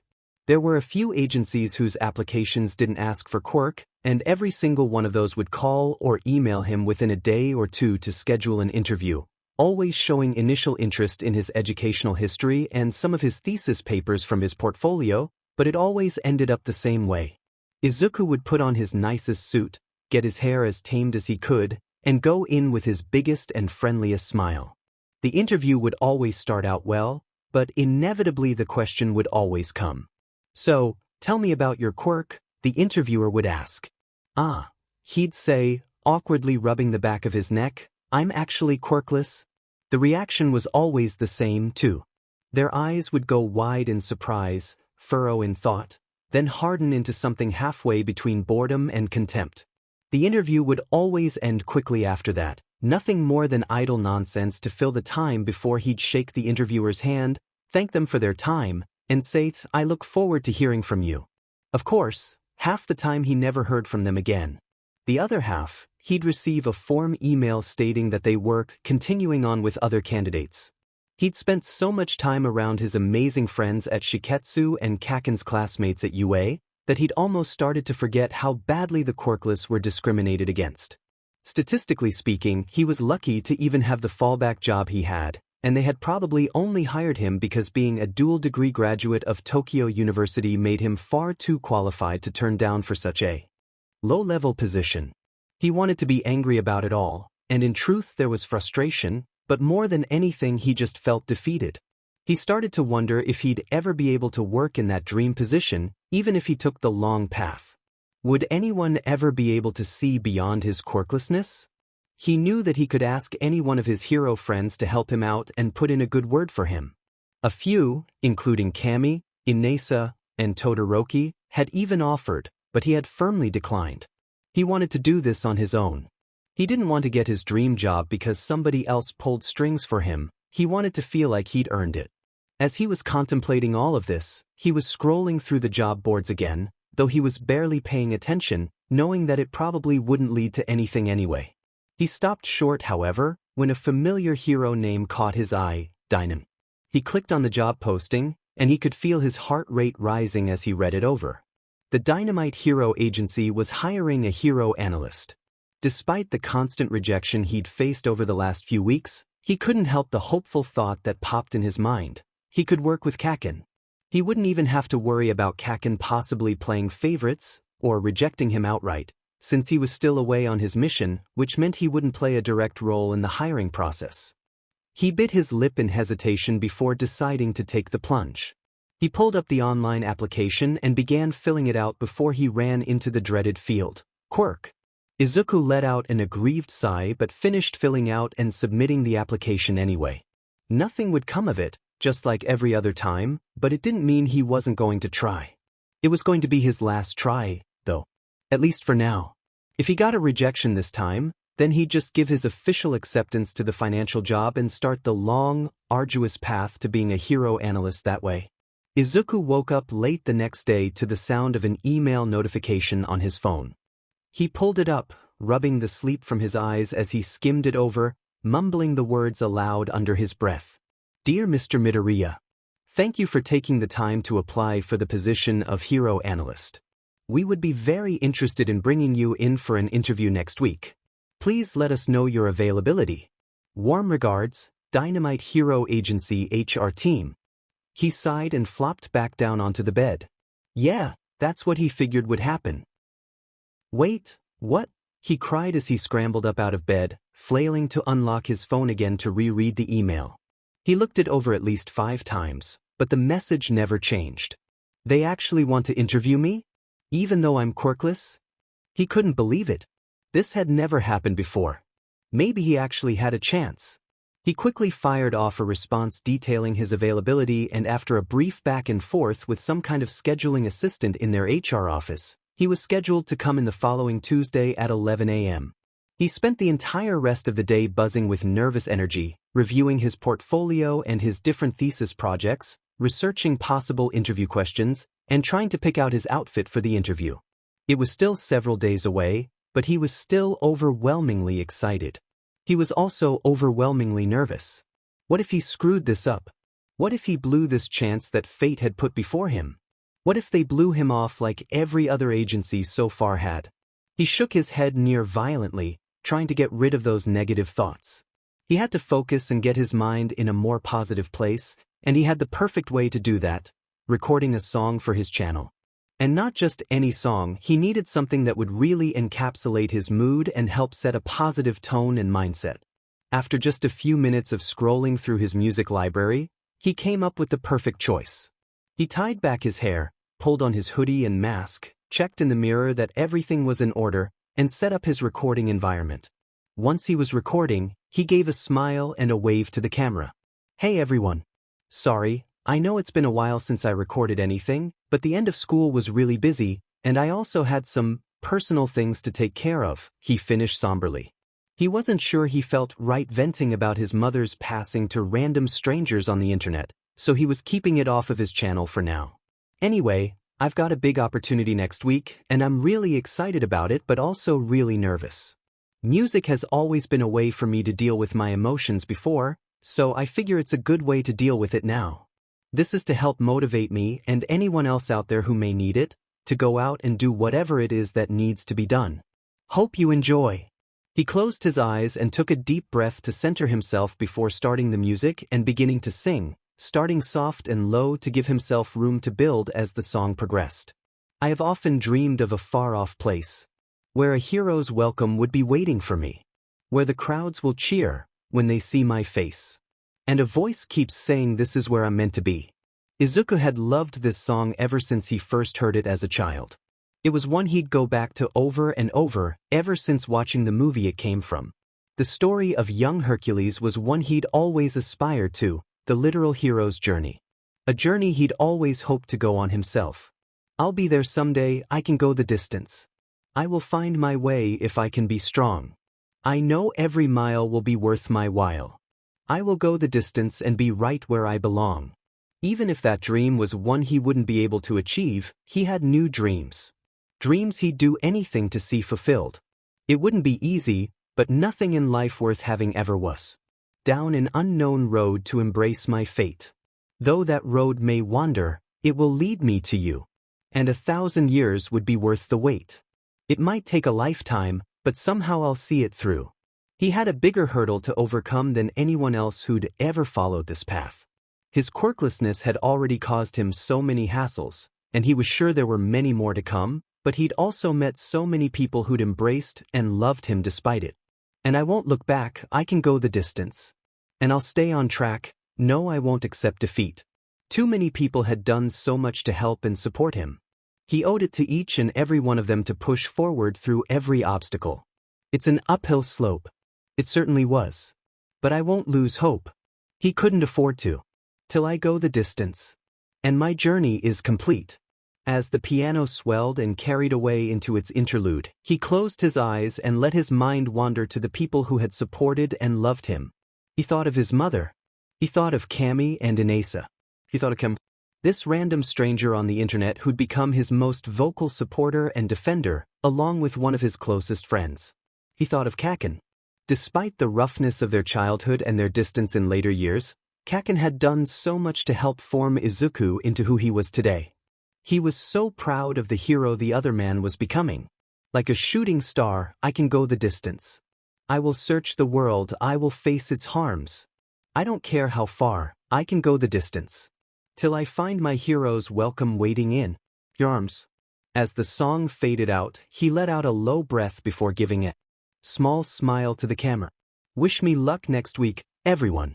It's not an easy thing I'm going for, but as you've just heard, I won't stop until I get it. And remember, I love you all. Thank you. Izuku was nervous, shaking in his very bones. He was here, the time had come. He stood on the busy Tokyo sidewalk, people shuffling around him like a herd of zebras shifting around a rock. Towering in front of him was his destination, the home of the Dynamite Hero Agency. He'd done his best to tame his long wild curls, wrapping them up into a loose bun on the back of his head, and he was wearing the best suit he owned.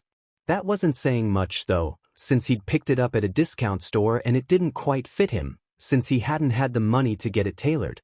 It didn't look bad by any means, but it was obvious in a few places that it was just a bit too loose. His interview was in 10 minutes, but he'd been standing here staring at the building for 15 minutes already, too nervous to actually step inside just yet. The building itself was surprisingly refined, considering it was Kaken's. No jagged edges or exploding marquee, just an elegant and modern-looking, glass-paneled office building with a stylized logo above the row of double doors that led into the main lobby. Come on, Izuku, he muttered to himself, you can't just stand here and stare at it all day. Go inside. Heeding his own admonishments, he finally took a step forward and pushed his way into the tastefully appointed lobby. There were a handful of civilians sitting inside, waiting to file a report or for an appointment, as well as a couple of sidekicks that Izuku recognized from TV, but there was no one he knew personally, something he was admittedly grateful for. He knew Kaken was still out of the country on an extended mission, but several of his classmates from UA also worked here, and Izuku didn't want any of them to know he was there. It may have been stupid or naive, but if Izuku was going to get this job, he didn't want it to be because of any kind of favoritism, he wanted to earn it himself. He walked nervously up to the reception desk, behind which sat a kind young woman in her early 20s. She gave him a warm, friendly smile as he approached, yet another thing he wouldn't have expected from a business run by Kaken. Someone else must hire the staff, though that wasn't entirely surprising. He could barely imagine Kaken sitting through job interviews with sidekick candidates, much less with the people running reception. He could almost hear the gruff, "Just hire whatever extra wants the damn job. Who cares?" "Hello. Welcome to the Dynamite Hero Agency." She spoke with a warm and upbeat voice after seeing that he didn't seem to be in any kind of distress or in immediate need of a hero. "How can I help you?" Hi. His voice cracked as he started, but he took a moment to clear his throat and start again, trying to sound as professional as possible. "Hi. My name is Izuku Midoriya. I have an interview here today." Her smile widened in recognition. "Yes. Welcome, Mr. Midoriya. You're expected. Just get in the elevator behind me and head up to the 14th floor. That's the HR level, and it's where your interview will take place. Good luck." "Thank you," he replied with a small bow before hurrying towards the elevator. He rode it up to the 14th floor, each ticking number on the display causing his heart rate to increase, but he forced himself to breathe normally, trying to settle his nerves. The elevator dinged as the doors slid open, and he stepped out into a small waiting area with another woman sitting behind the main desk. Unlike the woman downstairs, this woman was all business. She was in her early 40s, had her hair pulled back into a tight bun, and she regarded Izuku with a completely neutral expression. "Izuku Midoriya?" she asked in an almost bored manner. Izuku eeped slightly from his nerves but stepped forward and cleared his throat. "Yes. I have an interview here today. The woman downstairs told me to come up." "Have a seat over there," she said, gesturing mechanically towards a few chairs off to the side. "Mr. Nakamura will be with you shortly." "Thank you." He gave another polite bow that she paid no attention to and sat in one of the indicated chairs. Nakamura, he thought, why does that name sound familiar? He sat waiting for 5 minutes trying to think it over, but came up with nothing. During that time, the woman at the desk didn't do so much as glance in his direction even once, her attention completely focused on her computer screen as she diligently typed away the entire time. Eventually, her phone buzzed and she immediately dropped what she was doing to answer it. "Yes, sir?" A pause as the person on the other line presumably spoke. "Right away, sir. I'll send him in." She hung up the phone and then finally turned her attention back to Izuku. "Mr. Nakamura will see you now. Down that hall, 3rd door on your right." Immediately after speaking, she went back to ignoring Izuku, diving back into whatever she was so ardently typing away at. "Thank you," he said with yet another small bow before he walked down the indicated corridor and stepped into the 3rd office on the right, which was already open for him. The office itself was nothing fancy, it looked more or less like a standard corporate office. There was just enough room for the desk in the middle of the room, the office chair behind it, and 2 modest-looking chairs on the other side. The view out the window was pretty decent, but it faced out towards another building next door, rather than out towards the city skyline like offices on the north side of the building would likely have. Izuku barely had time to take all of that in, however, as he spotted the man sitting behind the desk. He froze mid-step, his brain panicking as he took in the long, straight, brown hair, the derisive-looking eyes, and the punchable smirk of Yubito Nakamura, one of Kaken's erstwhile followers from middle school. Izuku remembered him more for his quirk than anything. It allowed him to extend his fingers out to exponential lengths. Nothing particularly special, and certainly not useful for hero work, but it was enough to make him better than a quirkless loser like Izuku. "Hey Deku," he said with a sneer. "Wow, it's actually you. You really came?" "Yubi-kun," Izuku muttered before he could stop himself from using the old nickname from when they were little. It just made Yubito scoff. He truly didn't look like he'd changed at all. It was like someone took the old bully he was in middle school and merely stretched him out and added a few bags under his eyes, which had already looked pretty dead back then. "I gotta say, Deku," he said the old nickname with an emphasis and a snide tone that Izuku hadn't heard in years. A tone that he hoped never to hear again. "I'm surprised you're here. What the hell does a quirkless loser like you think he's doing, applying to work at one of the top hero agencies in Japan? As a hero analyst, no less. I thought you'd have learned by now not to try to chase stupid dreams that are way beyond you." Finally able to push past his shock at seeing one of his old tormentors suddenly in front of him, Izuku tried to maintain a professional face. Yubito clearly wanted to continue where they'd left off all those years ago, but Izuku was determined to rise above it and show that he'd become a better person. Well, I've learned a lot from both Shiketsu High and Tokyo University. I even have a recommendation in my file from Eraserhead himself, and he went to sit down as he spoke, but Yubito cut him off with a dismissive wave of his hand. Don't bother sitting down, this won't take that. He picked up a small folder that appeared to contain his resume, application, and recommendations from Mr. Aizawa and some of his other teachers and professors. I don't know whose dick you suck to get these, Deku, but I know you. There's no way a quirkless Deku like you is good enough to do anything more than serve me fries at McDonald's. Izuku froze, his hand partway reaching towards the chair. Was Yubito really not going to even give him the courtesy of a conversation about the job? Did he really just bring him to this interview to mock him? Honestly, the only reason I gave you the interview was to see if it was really you, and to give myself a good laugh if it was. He chuckled as punctuation for his statement. There's no way I'm ever going to let you anywhere near a job at this place. I was hired personally by Cellophane on Katsuki's behalf to be their HR manager. Kaken and I are old friends now, so I know for a fact that he'd kill me if I tried to hire you, especially for such an important position. He seemed to pause and thought for a moment. Though maybe I could hire you as his personal punching bag. Somebody for Katsuki to relieve stress with. He paused for a moment as Izuku felt an unfamiliar feeling of rage build up in him. Nah, not worth the hassle. Are you seriously this petty and awful of a person? Izuku bit out before he could stop himself. Yubito looked taken aback for just a moment but recovered his sneer quickly, wagging an extended finger at him. Ah, that's no way to talk to a potential employer, is it? Very unprofessional. Izuku took a step towards him and quietly relished the way Yubito reflexively stepped back in mild fear. Well, as you've made painfully clear, this isn't a real interview and I have no chances of getting a job here anyway, so I think I'll say whatever the hell I want. He'd finally snapped. This was it. He'd faced rejection after rejection due to his lack of a quirk, but now this petty, pathetic coward of a man was going to rub it in just for sport? Izuku was beyond done. He wanted to eviscerate the smarmy douchebag in front of him. To verbally take him apart until he regretted getting out of bed this morning. But he just couldn't do it. He let out a sigh. You're pathetic, Yubito. I hope one day you find a better way to occupy your time than making other people feel bad. Get out, Deku. That time he said the name like it was a vile curse word. The name of a thing to be reviled and despised.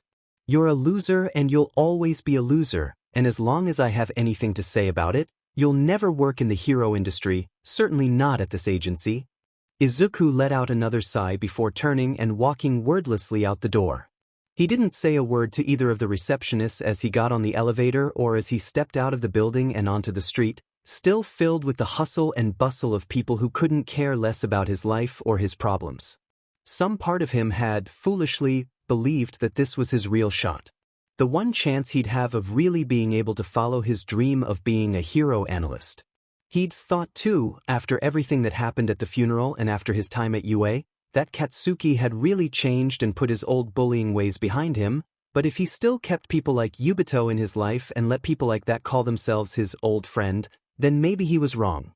It was disheartening, crushing even, but out in the light of day as he made his way to the train station, the anger that he'd swallowed earlier in the office started to rise back up again, building in his throat like bile. How could the world treat people like this? Just because they were quirkless? He'd proven over and over again in school just how capable he was, earning the respect of teachers and students alike, but still, the world wouldn't even give him a second glance simply because of some fluke of biology. He wanted to scream. There was so much anger and frustration inside him. He needed to do something or else he would explode, and as he boarded the train home, he knew exactly what that something was. Upon setting foot in his bedroom for the first time in weeks, Katsuki immediately flopped down face first onto his bed, feeling utterly exhausted. That had been one of the longest and most grueling out-of-country ops he'd done in his entire career so far, but it had all been worth it when he finally got to blast the leadership of an international drug trafficking ring that had been flooding Japan and other countries with a litany of cheaply made drugs that had been ruining lives for too long. He was finally home, though, and despite feeling the call of a good night's sleep in his own bed, there was something he wanted to do first: check on Izuku. As part of the op, He hadn't even been allowed to bring his phone with him, so it had sat here in his apartment powered off the entire time. He groggily reached for his phone where it sat on his nightstand and then powered it on. Almost immediately it began to flood with the weeks and weeks worth of notifications he'd missed. He ignored most of it since it was nothing more than inane bullshit from his mother or from the extras that called themselves his friends. Instead, his fingers flew immediately to Twitter and his messages with Izuku. At Deku sings, Deku, hope your trip is going well. At Deku sings, Deku, any chance you've gotten signal at all? Miss you and would love to talk. Anyway, hope things are going well. At Deku sings, man, this is a long business trip, especially without service the whole time. I'd probably lose my mind if I were you. There were a couple more messages like that, scattered throughout his long absence. Some people might find it clingy or weird, but honestly, it just made Katsuki smile. The nerd missed him. Eventually, though, he came to the latest messages. They were dated a week ago, and the content made him feel a knot in his stomach. At Deku sings, are you back yet? I could really use someone to talk to. You, specifically, to be honest. Please let me know when you're back, hopefully soon. What the hell was going on? Was it about his mom, maybe? It probably was still weighing on him. Katsuki was just about to reply when one of the many notifications he'd missed that had been flurrying across the top of his screen caught his attention. It was from his texts with Kaminari. He tapped on it and brought up their chat log. Pikachu. Holy shit, have you seen this? Did you know it was him? Man, it sounds like he's had it rough. I feel bad for him. Weren't you friends with him as a kid?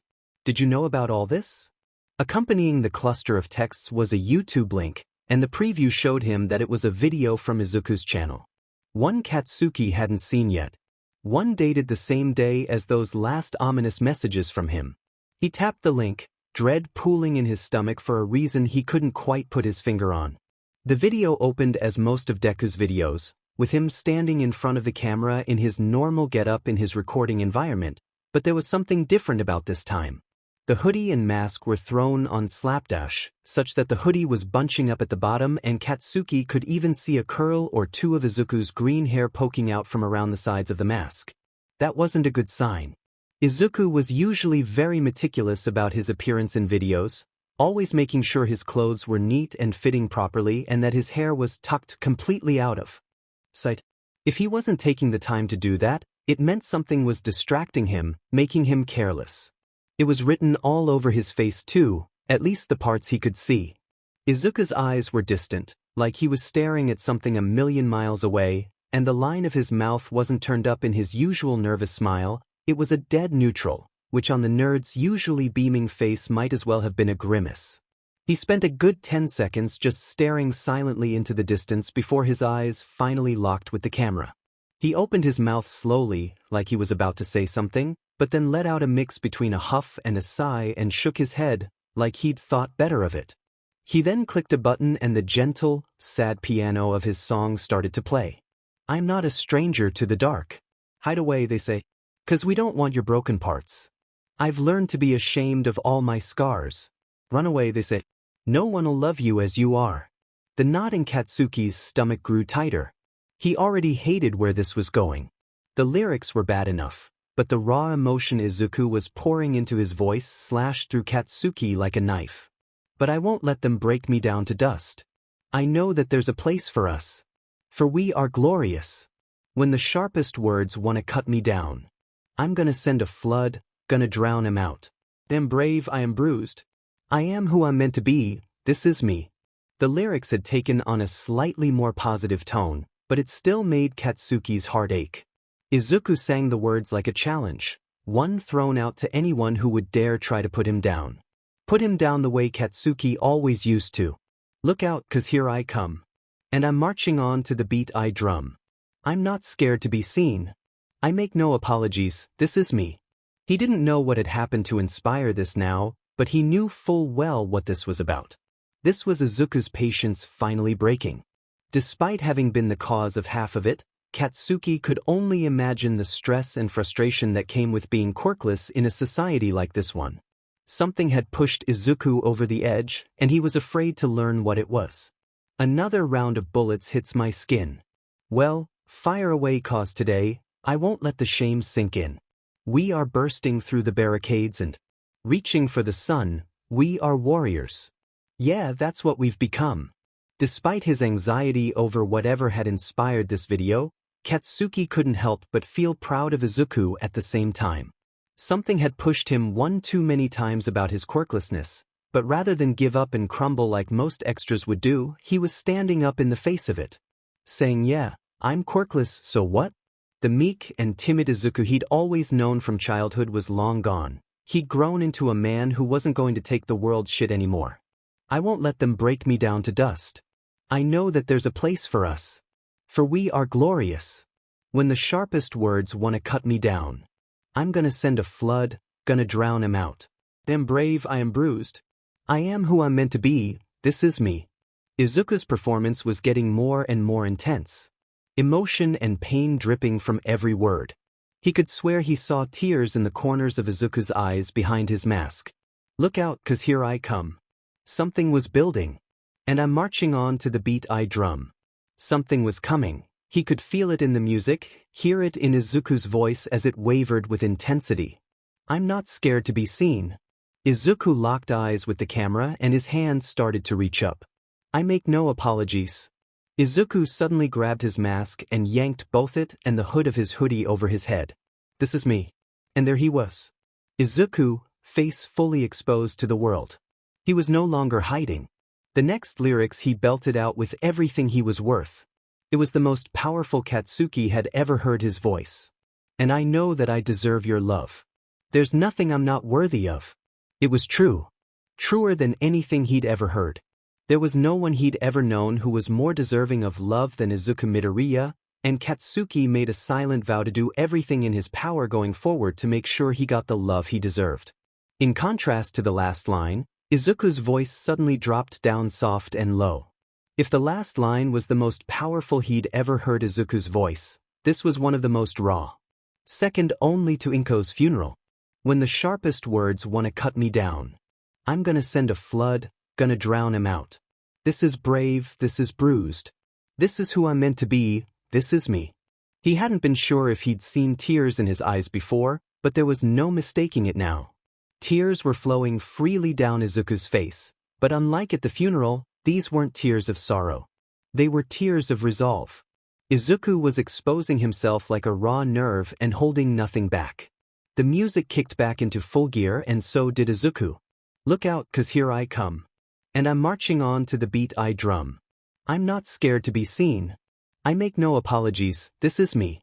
He was completely cutting loose, his now freed curls swinging wildly and sweat dripping from every pore. Whenever the words wanna cut me down, I'm gonna send a flood, gonna drown him out. I'm gonna send a flood, gonna drown him out. This is me. The song came to an abrupt end as Izuku punched out the final line with force, practically collapsing as he tried to catch his breath. Katsuki found himself speechless. He was shocked to discover that his mouth was hanging open in surprise. The video wasn't over. After catching his breath for a moment, Izuku came and sat in front of the camera, surprisingly giving it a bit of a smirk before his expression evened out into something more neutral. Hi everyone, he finally said with just a hint of humor. Well, as I just finished saying, this is me. The real me, finally out from behind the mask. I'm not some famous celebrity or personality like a few of you speculated. In fact, I'm pretty much nobody. Not well known to anyone but my friends and... He trailed off for a second looking sad before continuing.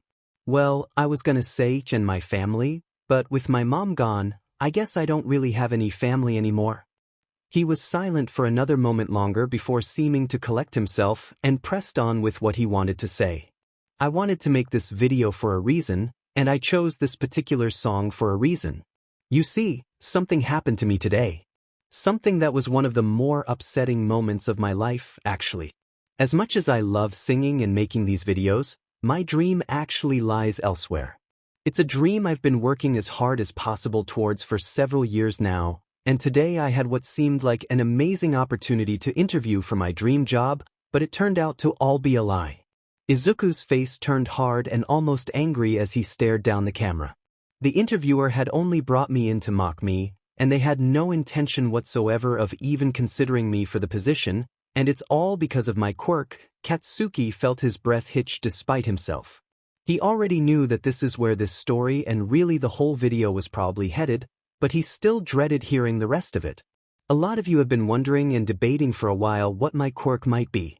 Quite a few have speculated that it has something to do with my singing voice. I'm honestly really flattered by that, for those who intended it as a compliment or praise, but the truth is my quirk has nothing to do with my voice.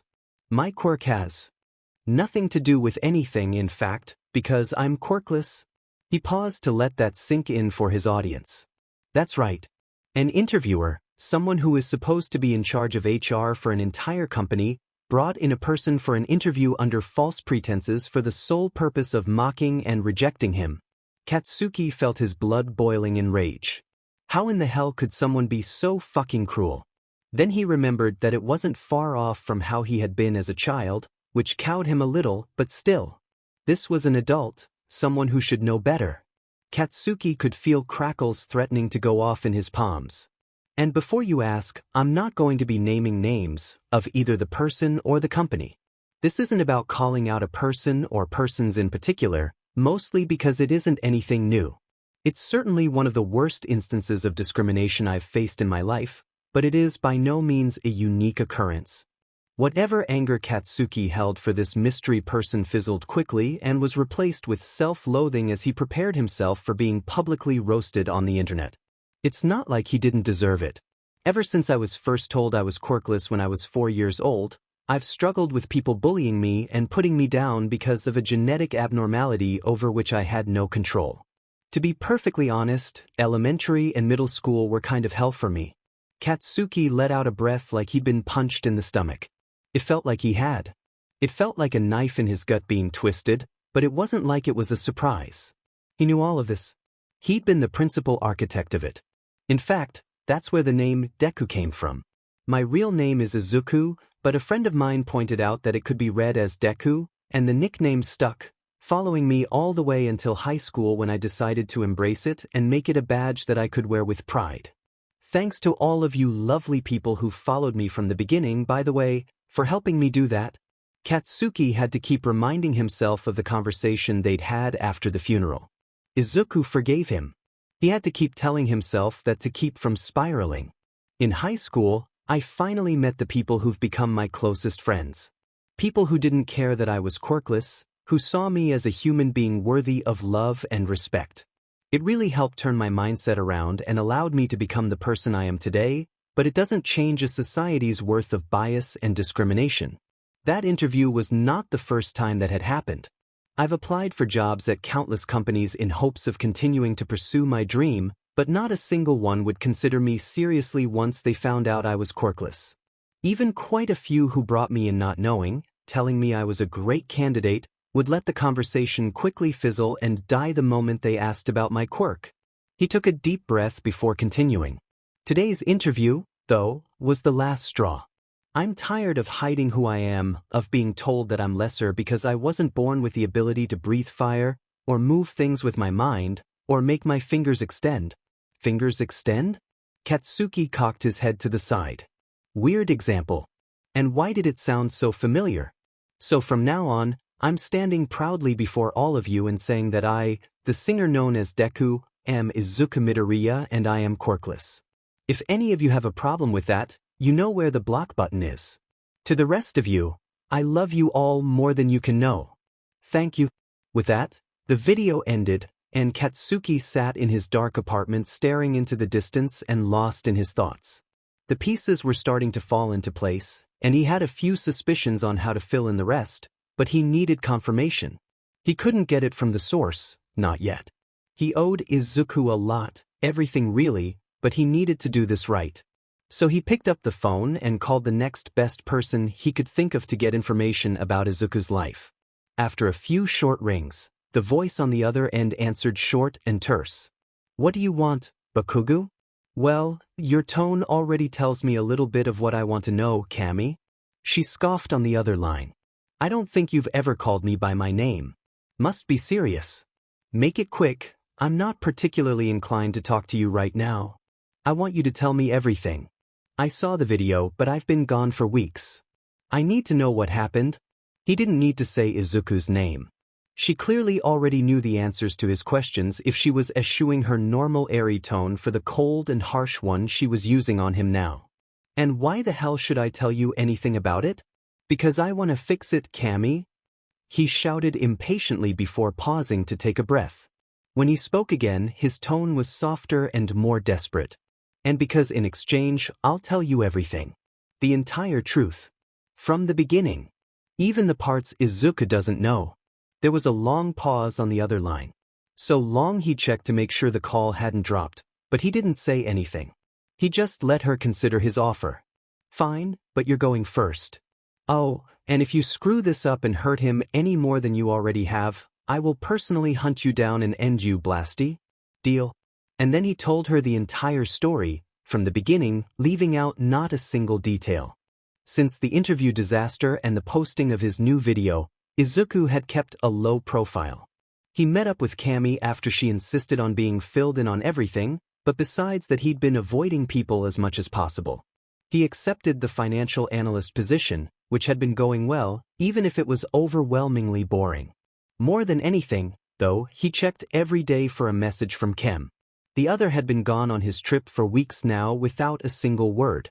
If his theory about Kem being a pro-hero were true, he was starting to worry that he could have been severely injured, or even killed. There hadn't been any reports on the news of injured heroes, though, so he held out hope that it was just a really long mission. Or that he was wrong, and Kem wasn't a hero at all, and it was just a long foreign business trip. It was nearing 11 p.m. when he finally boarded the train home from work, feeling the exhaustion, both mental and physical, seeping into every part of him. One of the worst parts about his new job, besides the mind-numbing boredom of it, was the hours. He was extremely low-level and brand new with almost no seniority, so he got the worst schedule and was very frequently pushed into taking overtime. Fortunately for him, though, riding the train this late meant that there was plenty of room for him to take a seat rather than have to stand the whole way. He plopped down into the nearest empty spot and pulled out his phone to scroll through any news he might have missed in the last few hours. Pulling up his favorite hero news site, he immediately felt a rush of excitement as he read the top headline. Hero Dynamite returns from mission abroad. It was accompanied by a photo of Kaken that had clearly been taken by paparazzi at the airport. It featured the explosive blonde angrily glaring down away from the camera, throwing up a middle finger in its direction as he tried to quickly push past them. Izuku couldn't help but smile, partly at the angry scowl on Kaken's face, but mostly at the implications. Namely, if Kaken was back and Kem really was a hero on the same mission, it probably meant that he was back in town as well. I wonder if he'll message. A notification is here. Izuku yelped as his muttered question to the empty air was interrupted by All Might shouting loudly from his phone about a new notification, followed immediately by another much louder yelp of surprise and excitement as he saw what the notification was, a message from Kem. Izuku's fingers flew to it immediately, his heart rate spiking dramatically as he waited for Twitter to load so he could see the first words he'd seen from his online best friend/crush in weeks. At Chem0715. Deku, I'm so sorry. At Deku sings. You're alive. Wait, what are you sorry for? Is it just for how long you've been out of contact? Don't worry about it, I understand. You were out of the country and didn't have a choice. At Chem0715. Well, yes, I am sorry for that. But it's not what I'm talking about right now. I'm honestly sorry for a lot of things, but the most important right now is that I'm so sorry about what happened to you with that job interview. I saw your video as soon as I got home. You deserved so much better. Izuku was honestly a little floored. Kem couldn't have been home more than a few hours, and he'd already seen Izuku's video? He probably had countless messages and notifications from friends, family, loved ones, but he'd still made the time to catch up with Izuku's life? At Deku sings.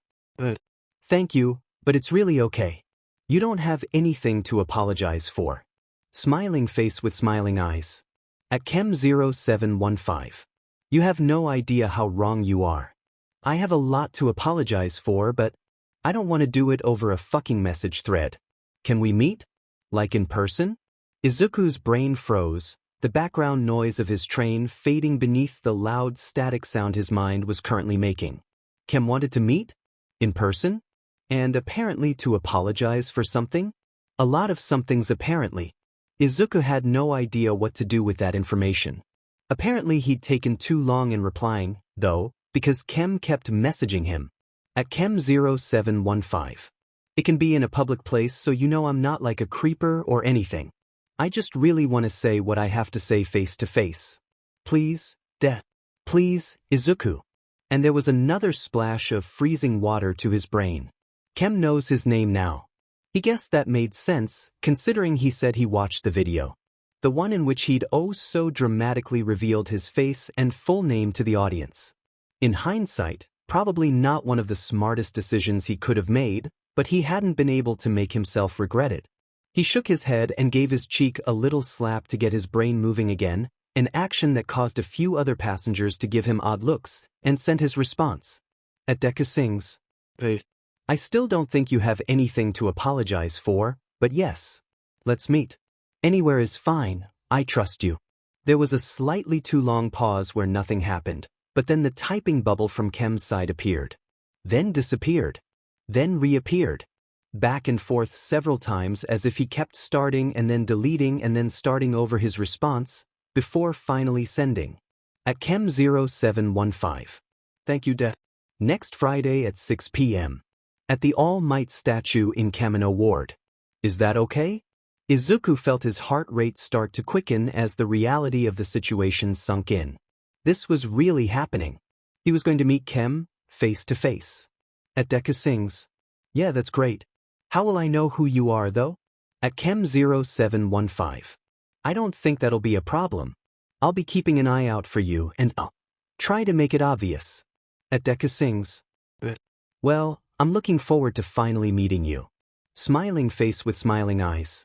At Chem0715. The typing bubble then kept appearing and disappearing once again, but it didn't take Kem as long this time to reply. At Chem0715. I'm sorry to cut the conversation short, but I just got home from my trip a couple hours ago, and I'm fucking wiped. And as much as I want to fall into bed and sleep for 1,000 years, I still have some shit to take care of first. I'll talk to you later though? Izuku couldn't exactly tell you why. Maybe it was the question mark, but something about that last message seemed hesitant? Nervous? Like he felt bad for wanting to sleep after what was clearly a long and exhausting trip. Izuku's heart clenched in his chest. He had no idea what was going on with Kem and whatever it was he thought he needed to apologize for, but he knew he didn't like the thought of him feeling guilty just for wanting to rest. At Deku sings. Hey, it's totally understandable to want to get some sleep. It sounds like you had a rough trip. Take care of what you need to and then get some rest. That's an order. Squinting face with tongue. At Chem0715. Thanks Deku. I will. Good night. At Deku sings. Good night. Smiling face. Izuku slipped his phone back into his pocket and stared out the window of his train as it carried him home, trying his best to get his heart to calm down, but it was easier said than done. Now he just had to make it to next Friday without stressing himself into an early grave. Katsuki let the soft smile that Izuku's final messages of the night had put on his face linger for just a moment longer before taking a deep breath and setting his plan into motion. After he'd laid the whole story out for Camie, she'd understandably gone through a wide range of emotions.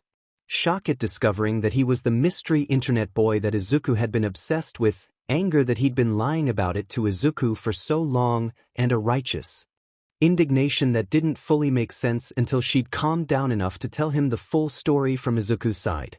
It had taken every ounce of willpower Katsuki had not to blow a hole in the side of his apartment as Camie told the story.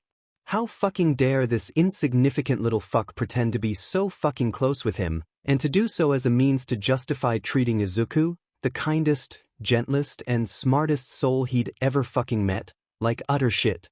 Katsuki was livid, but in his rage he had already started to formulate the beginnings of a plan. It was going to take a lot of time and effort and a fuck ton of help, and it would be the most embarrassing thing he'd ever done, but it was worth every single second it was going to take and every ounce of embarrassment. Because it was what Izuku deserved. Step 1 had been messaging Izuku as Chem and apologizing, then setting up the face-to-face meeting. He had just over a week to get everything else ready, now that Izuku had agreed. Beginning Step 2, Katsuki switched to his general messaging app, scrolling until he found Ciro's conversation thread. Ciro, what the actual fuck? Spider tape. What? Wait, you used my real name. You never do that. Unless you're pissed. What did I do? YouTube, Deku sings This Is Me, cover. Did Pikachu send you this shit? Spider tape. Yeah. That was awful. I had no idea that was Midoriya. It sounds like he's had it really rough. What does this have to do with me though? I'll fucking tell you what it has to do with you. The fucker asshole Izuku's talking about at the end? The one who did one of the most fucking unprofessional things I think I've ever heard of? That's our fucking HR manager. Izuku was interviewing at our agency to be a hero analyst. Spider tape. Oh shit. He'd be really good at that. Yeah, I fucking know he would be. But we may never get to find out, because our hiring manager, who you hired, is a fucking asshole. And apparently he's been saying that he speaks for us and knows exactly what we would and wouldn't want. All because he was personally hired by Cellophane and because he used to be some fucking lackey of mine in middle school. So, I ask again, what the fuck, Ciro? Why on fucking earth would you hire some prick just cause he said he knew me? Spider tape. Whoa. I tried to come talk to you about this when we were first opening up. I remember now, he'd interviewed for the HR position and he'd said he knew you, that you guys had been good friends in school. I tried to ask you about it and you shut me down. I believe your exact words were, if they've got good qualifications and you like them, hire them. Otherwise, kick them to the curb. Either way, don't bother me with it. He was fresh from school, but he had good grades and seemed fine enough. And it's not like we had an abundance of candidates applying to a fledgling hero agency back then, so I hired him. I mean, I said it right there. If you like them. What the fuck was there to like about Finger Quirk Guy? Spider tape. I mean, I wouldn't have wanted to hang out with him outside work, but he was clean and could put together full sentences, two things that were more of a problem than you'd expect if I'm honest, and he was qualified enough. It's not like he started ranting about hating the quirkless during the middle of the interview. Besides, it sounds like you were friends with him back in middle school, weren't you? No. He was a lackey. Somebody I kept around so I could feel better about myself because I was an insecure piece of shit back then. Spider tape. It's pretty rare that you're so open about this stuff, Cats. Proud of you. Shut the fuck up, tape arms. Anyway, we gotta start fixing this shit. Spider tape. How do you want to handle it? I'm fucking firing him first thing in the morning, that's how I want to handle it. And then you and I are sitting down and figuring out how to go from there. Spider tape.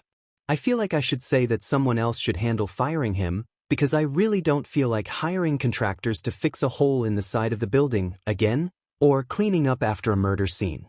But I also like living, so I'm just gonna say, try not to kill him. No fucking promises. Katsuki tossed his phone down on his bed before moving over to his desk, pulling up the browser on his laptop. There was still a lot to plan, and he had to start right now, but he was definitely looking forward to tomorrow morning. Katsuki sat at his desk the next morning, finally back in his agency's building.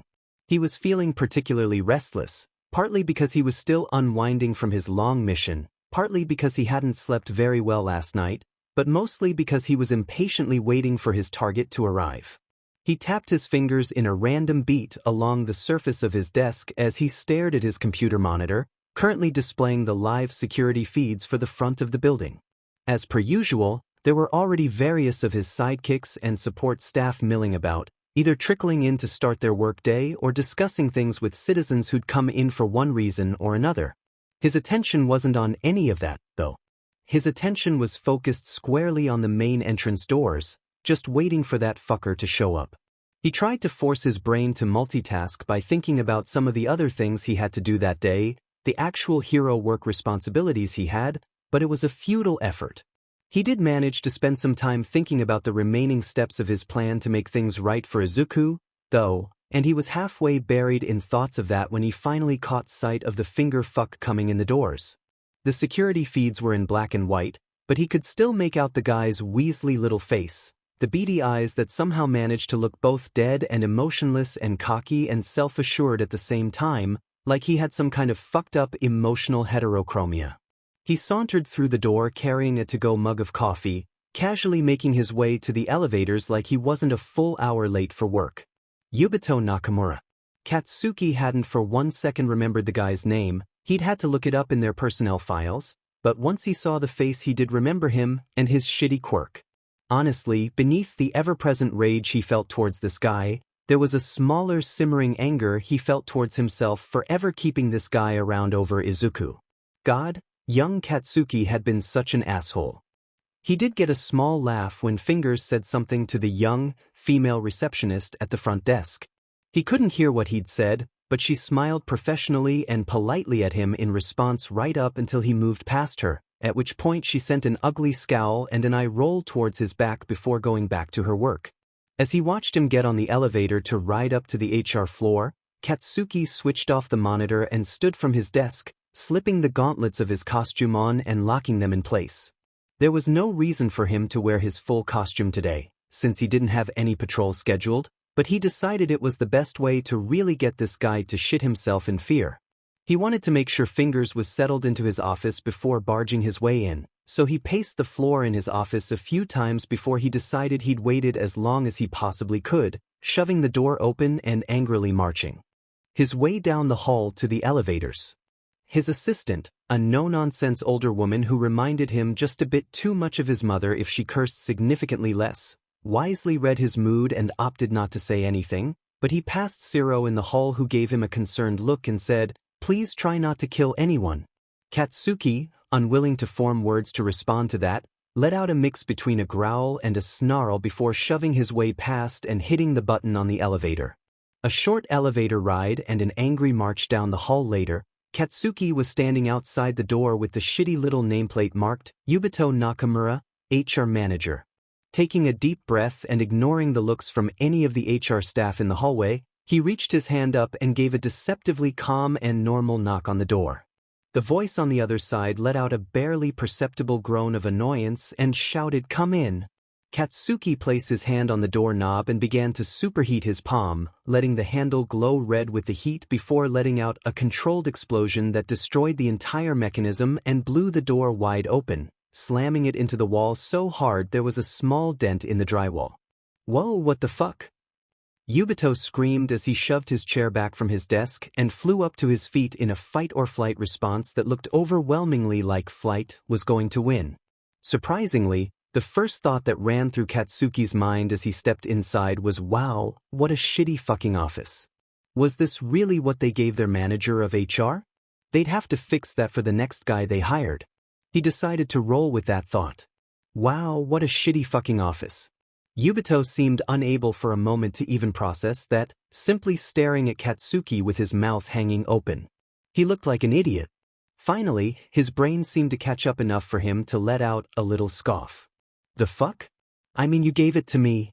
Katsuki let out a little growl and took a threatening step forward, not failing to notice the way Yubito reflexively took an even larger step back. "Let's get one thing straight, asshole, I didn't give you shit. Until yesterday, I didn't even know you fucking worked here." If Katsuki had any empathy left in him for this guy at all, he might have felt just a little bad about the brief flash of hurt that crossed Yubito's eyes, but the truth of the matter is that this guy had burned up any chance for empathy he was ever gonna get from Katsuki. He recovered quickly, though, setting his face into a little scowl that looked almost like a pout. It mostly just made him look like a whiny brat. "So, why the fuck did you blow a hole in my office door, boss?" He said the word boss with a snarky tone, and oh boy did that really make Katsuki want to blow something up, preferably this guy's face, but he kept himself relatively in check, only letting a few sparks go off in his palms. "But, because you and I need to fucking talk about a certain interview you did, that's why." "Interview? The hell are you talking about? Rack your brain. See if you can figure it out." Katsuki stared him down, unblinking. He took a moment to think, his eyes falling to the floor and his brow furrowing into something that looked akin to concentration. Katsuki mostly thought it made him look like a moron. Finally, something seemed to click in his mind as he looked back up at Katsuki and said the absolute wrong thing. "Is this about fucking Deku?" Katsuki snarled and let his palms glow red through his gloves, small pops going off. "Don't fucking call him that." Yubito looked taken aback. "Kaken, what?" He didn't get any more of the sentence out before Katsuki was lunging forward, grabbing and lifting the fucker by the front of his shirt with both hands, the searing heat singeing the fabric, small wisps of smoke curling up as he screamed in Yubito's face. "You don't get to fucking use that nickname with me. And you definitely don't get to call him Deku. Use either one of those names again, and I'll catapult you right out the fucking window." He breathed heavily for a moment, letting the threat sink in before finishing, his voice now low and deadly, the one he reserved for threatening the worst of the villains he's faced. "Understand me?" Yubito couldn't hide the terror in his eyes or the way he swallowed heavily before forcefully nodding his assent. "Good." Katsuki growled out before dropping him back to his feet and taking a few steps back. Yubito, though, didn't seem to have much of a survival instinct. "I don't fucking get it, though. Why are you so fucking worked up over that fucking D?" He cut himself off at the flash of rage in Katsuki's eyes before correcting himself. "Guy. That fucking guy." He finished lamely. "Oh, there are a lot of reasons why I'm worked up, fucker. How about for starters the fact that you, with your wildly unprofessional behavior, have opened us up to the most open and shut case of workplace discrimination I've ever fucking heard of. It's illegal to discriminate in hiring on the basis of someone's quirk. I'd think that my fucking HR manager would be a little more fucking aware of something like that." Yubito opened his mouth to respond, but Katsuki cut him off, nowhere near finished. "And yes, before you fucking start, I'm well aware that everybody does it, but I don't want anything to do with it here. And besides, even the fuckers who do engage in that shit at least have the presence of mind to be subtle and cover their asses with their discrimination. You just came right the fuck out and made it explicit. But to be honest, that's not even in the top 5 reasons why I'm pissed about this mess. I'm not worried about Izuku suing us, because he's just not that kind of guy. And that's one of the biggest fucking problems I have with your ass right now. Izuku fucking deserved better than that. He was on a roll now, all the thoughts he'd been dwelling on throughout the night rushing to the surface and bursting from his mouth, unable to be contained as he stepped back up into Yubito's personal space, backing him up against the wall. Izuku is a good fucking guy, probably the greatest and kindest I've ever met, and he deserved a real fucking shot at interviewing for that job. He let out a dry, humorless laugh. Which, by the way, he's more than qualified for, considering he's worked personally with half the fucking heroes and sidekicks who work here when we were in school, myself included. "Oh, shit," Yubito muttered under his breath, causing Katsuki to scoff. "You're damn right, oh shit. Bakugo, how the fuck was I supposed to know that? All he'd ever been was a fucking nerd, and all I'd ever seen you do was bully the kid." Katsuki growled low and deadly in his throat, but he couldn't deny some of the truth of that statement. "Yeah, I fucking know that. But guess what? I've spent the last decade learning how fucking wrong I was and how much of a piece of shit I was and trying to do what I can to grow and make up for that shit. You seem to spend it changing not one fucking bit and learning nothing. Baku. Oh, and how were you supposed to know? Maybe by giving the guy the fucking time of day and actually talking to him. You know, the way you're supposed to do when interviewing candidates? I looked at his fucking application packet, it's extremely attractive, but, you know what? I'm fucking done with this. I didn't come here to debate with you. I came here to chew your ass out and then fire you." That seemed to give him pause, his eyes blowing wide with a mix of shock, panic, and fear. "You're fired," Katsuki spat, "effective right fucking now. Pack your shit and get the hell out." The poor fucker's brain seemed to be short-circuiting, somehow not expecting that this was exactly where this conversation was headed. What a moron. His mouth formed helplessly for a minute around the beginnings of words, but was unable to actually formulate anything. Katsuki took a few steps back and put on his patented Katsuki Bakugo sneer. "Fingers, I swear to all might, if you're not out of my building in the next 5 minutes, I'm blowing a hole in the side of it in the exact shape of your now former office, with you still inside it. That seemed to jumpstart the guy's brain as he scrambled over to start gathering his things, so without another word, he turned and stomped out of the office. He headed back to the elevator, making a note to have security check him on the way out to make sure he didn't try to steal anything. Hitting the button for his floor, he began the journey back to his office. Next step, meet with Zero to keep trying to correct this mess. Several hours later, and with the heavier parts of his costume tossed in the corner since he no longer needed them, he and Zero concluded their meeting. They'd brought in several other members of the Baku squad to discuss the finer details, but once it was all said and done, they were pretty pleased with what they'd come up with. First, Zero would be taking over as interim HR manager in addition to his normal hero work until they could bring on someone new, someone who would go through a rigorous interview process that Katsuki was going to take direct involvement in. Second, the entire agency, in particular the HR department, would undergo mandatory sensitivity training and anyone who didn't take it seriously would be let go. Katsuki was never letting shit like this happen again. The next part was one that they'd hotly debated for a while. Katsuki had wanted to call in and fire every single person that fingerfucker had personally hired. He didn't want anything to do with anyone who that piece of shit approved of. Zero, of course, thought that was a bit drastic. After a lot of back and forth, they agreed to put all of his hires through an investigation and review process to make sure they were both performing well in their roles, but also that there were no issues with any kind of harassment or discrimination. The last part was the one he was most excited for but also the most anxious about. It was the most direct response to what Izuku had gone through, but it all depended on how Izuku reacted to their meeting next week. Speaking of which, Katsuki still had the other part of his plan to work through. He had to be crazy coming up with this, but the more he thought about it, the more he realized that it was the only thing he could do. Still didn't mean he was excited about it. Letting out a long, low sigh, he pulled out his phone and hit the call button for the contact in question. There were a few rings before Jiru's voice picked up on the other end, sounding a mix of surprised and skeptical. Bakugo? You never call me. You barely text. What's up? Oh, shut the hell up, ears, he said reflexively before letting out another sigh and starting again, his voice much more reserved and even hesitant. He fucking hated it. Look, I need your fucking help.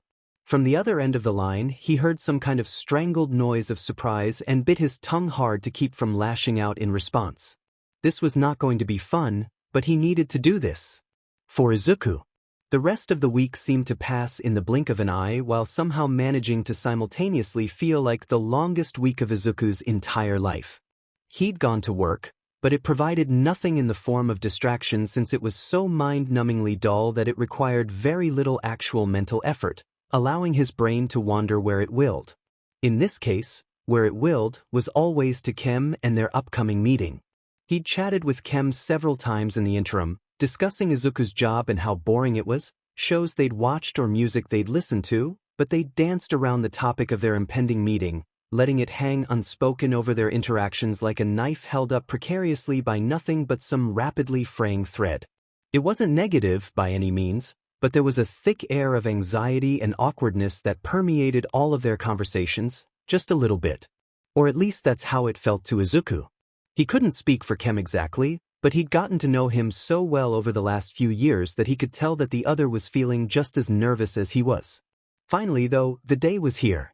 Izuku had made sure to get off work early so he could get home and change, a feat that had required literally bribing one of his coworkers to take an overtime shift in his stead. Upon arriving home, he'd spent at least an hour getting himself cleaned up and then deciding what to wear. He'd probably changed outfits and stared at himself in the mirror at least a dozen times. After sending Camie one too many messages asking her opinion, she'd calmly and lovingly helped him pick an outfit. Oh my god, Zoo, you seriously need to stop freaking the fuck out. You're making me anxious just watching this train wreck. The third one. Go with the third one. The third one was a casual but clean look that consisted of a pair of slim-fit jeans, a blue and white baseball tee, and a dynamite zip-up hoodie that was a simple black with Kaken's signature explosion logo printed where a shirt pocket would go. He hadn't actually tried this one on very long and wasn't really considering it, since he thought it might be weird to wear another hero's logo to their meetup, given his strong suspicion that Kem himself was also a hero, but Camie had insisted with nothing for explanation except a simple "trust me." In his experience, trusting Camie was usually what got him in trouble, but it's not like that had ever stopped him before, so he'd followed her advice. Stepping into the large plaza in the center of Kamino Ward, he was surprised at the number of people that were there, though he probably shouldn't have been, considering it was after work hours on a Friday. It wasn't a massive crowd, but there were definitely a fair few clusters of people wandering around. Willing his palms to stop sweating from the nerves, he made his way forward, eventually stopping just 5 minutes early in front of their confirmed meeting spot, the statue commemorating All Might's victory over the villain All for 1 year before. He glanced through the groups of people who were in the general area, but no one jumped out at him as possibly being Kem.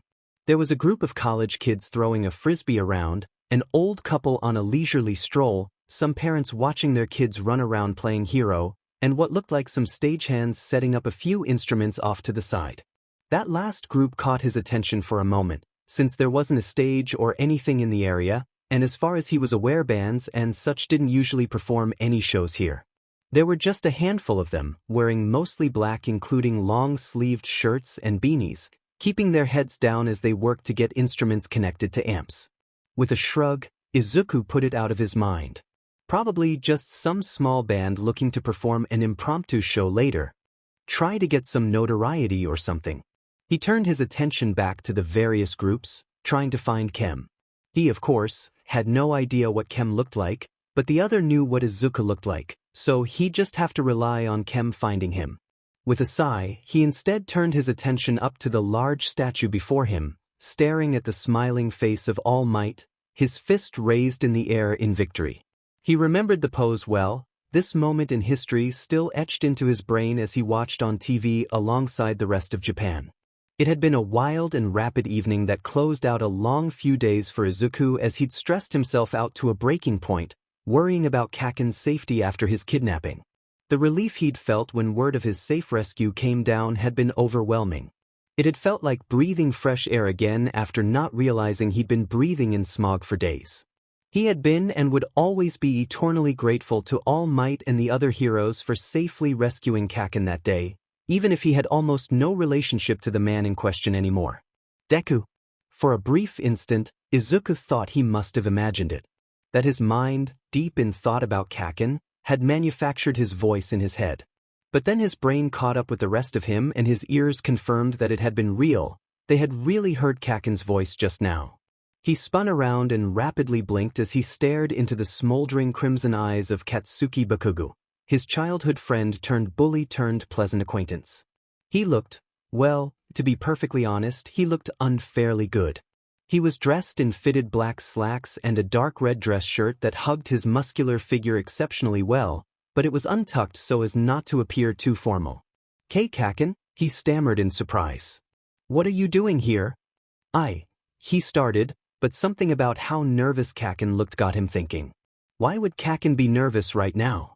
Then, all at once, before Kaken could continue any further, 1,000 thoughts raced through Izuku's mind, like a single spark roaring into a blazing inferno in the blink of an eye.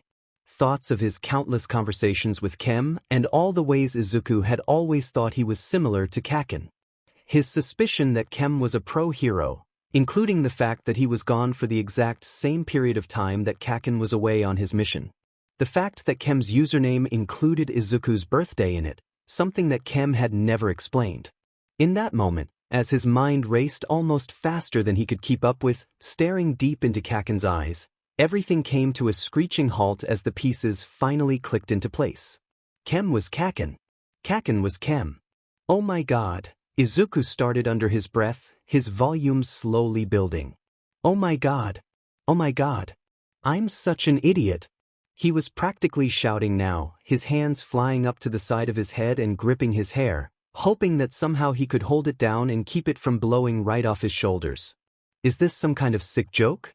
Yubito didn't put me down enough, so you had to finish the job yourself? Somewhere in his mind, he knew that that couldn't possibly be what was going on. Even Kaken at his worst back in middle school wouldn't have gone to so much time and effort and deception just to screw with him. At the same time, though, none of this made any sense. What the fuck? No. Kaken shouted, and when Izuku looked back up into his eyes, he could see the genuine shock and hurt at that accusation. Deku. Izuku. Please just listen to me. His voice sounded desperate, pleading. Izuku had never heard him talk like that before. Collecting himself and trying to calm down, he took a slow, deep breath and then gave a small nod.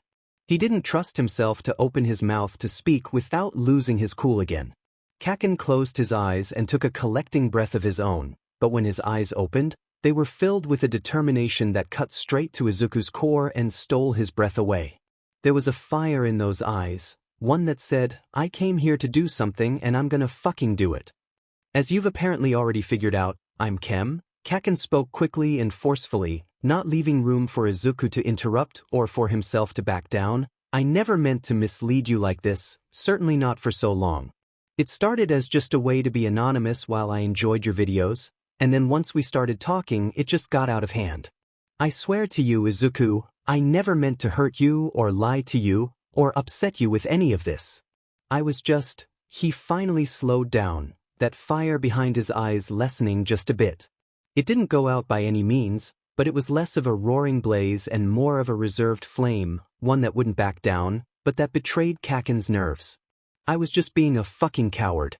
I told myself that you wouldn't want to know that I was watching your videos, but the reality is I didn't want you to know. Even before the first video of yours I saw, I knew that what I'd done to you for all those years was fucked, but at the time I was too scared to even come close to facing you about it.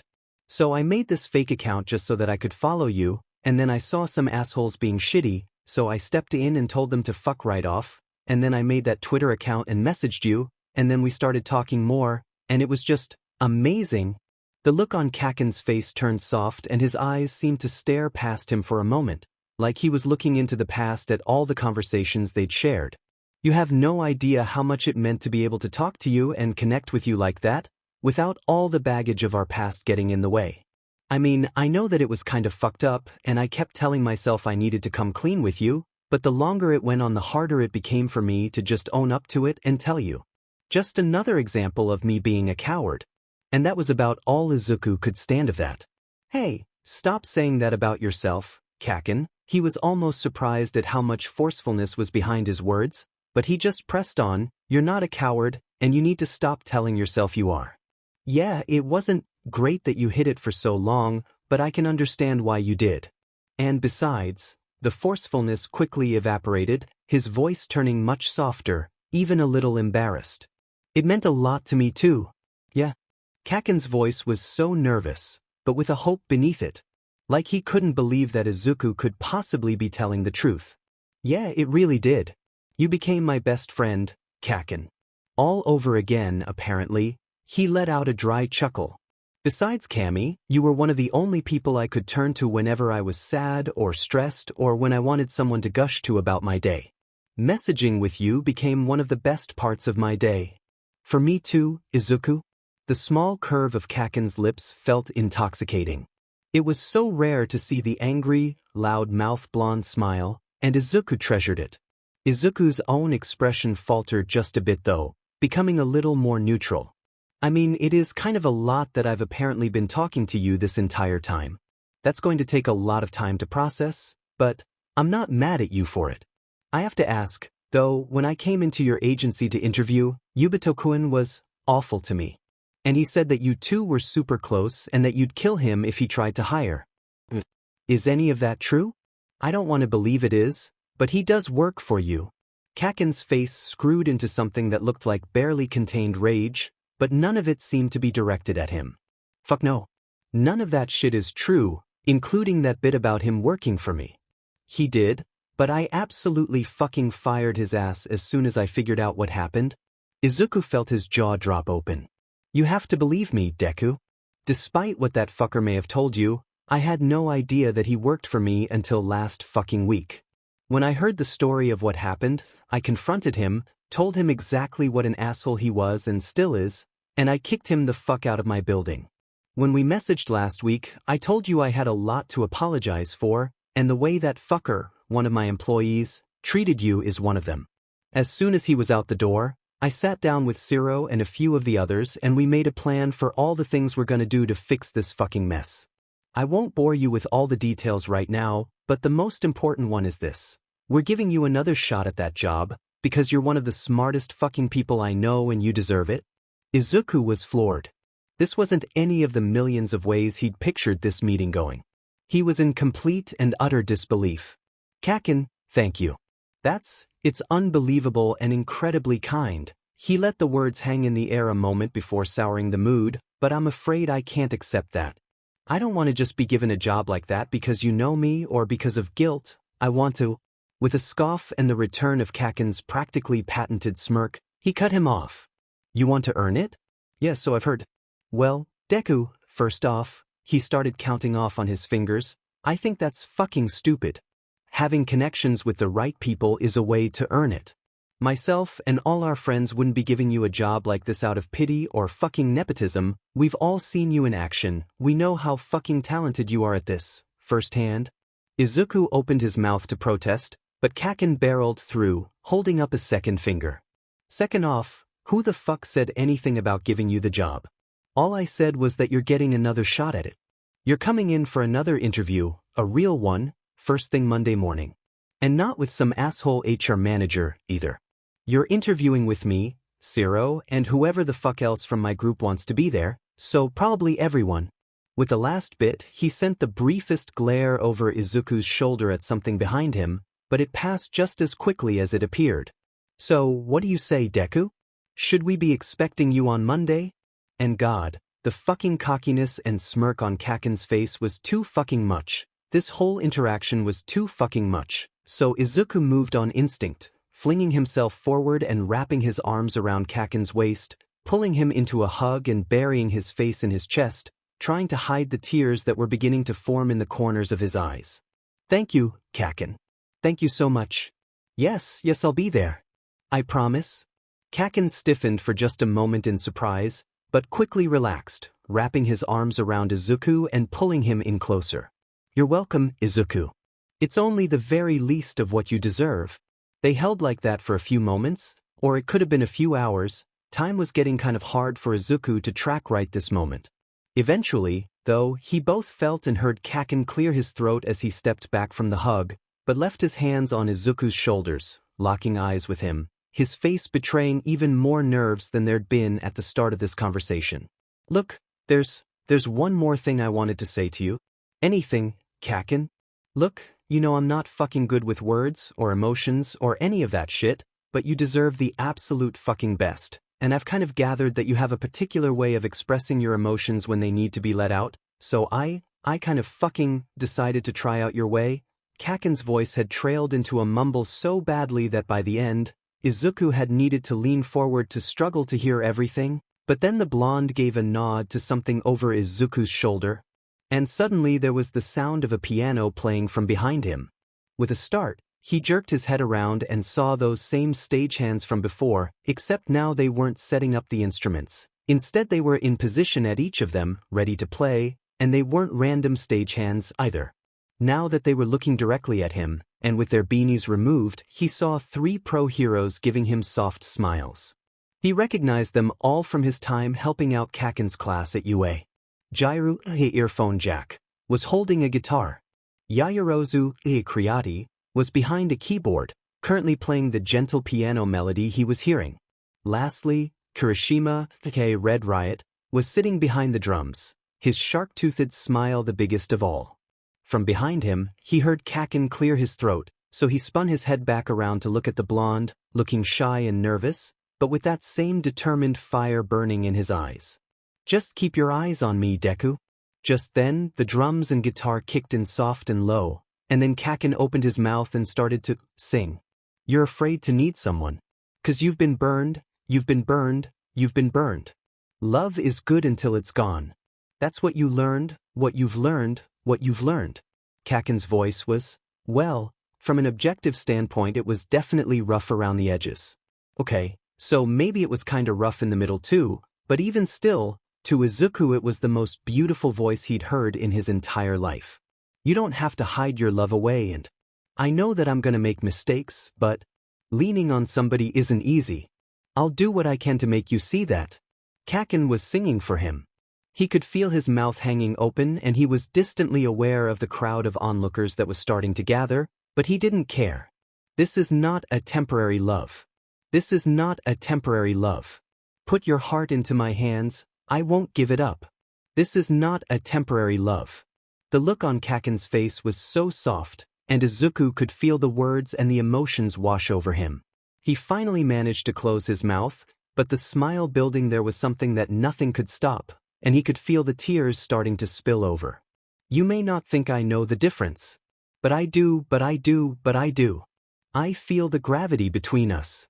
And you can too, you can too, you can too. The blonde reached a hand up as he continued to sing, gently cupping Izuku's cheek and using his thumb to wipe the tears away. We don't have to hide our love away, and both of us are gonna make mistakes 'cause leaning on somebody's never easy. But look at me and tell me you don't see that. This is not a temporary love. No, this is not a temporary love. Put your heart into my hands, I won't give it up. This is not a temporary love. Kaken's other hand reached up, mirroring the first, the most gentle of caresses along his freckles, wiping them free of tears. Izuku. As he started to speak, the music lowered in volume and started going into a soft loop of background music, so faded that he was barely hearing it, his whole entire attention focused entirely on the man before him. I'm so sorry for everything I've ever done to you, intentionally and otherwise, but I swear to you that I will never hurt you again. He paused for a moment, taking a deep, shaking breath. And if you'll let me, I will spend the rest of my fucking life making you as happy as I can.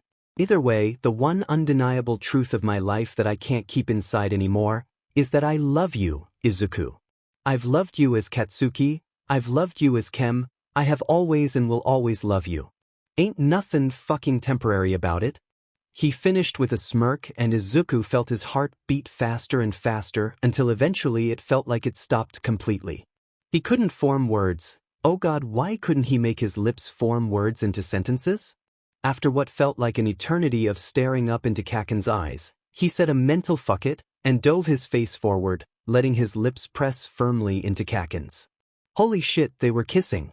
The drums seemed to get louder as they tilted their heads to slide their lips together better, or was that just his heart? Or was it the people around them clapping and cheering? He legitimately couldn't tell and honestly didn't care. When they finally pulled their lips apart, their arms wrapped tightly around each other again.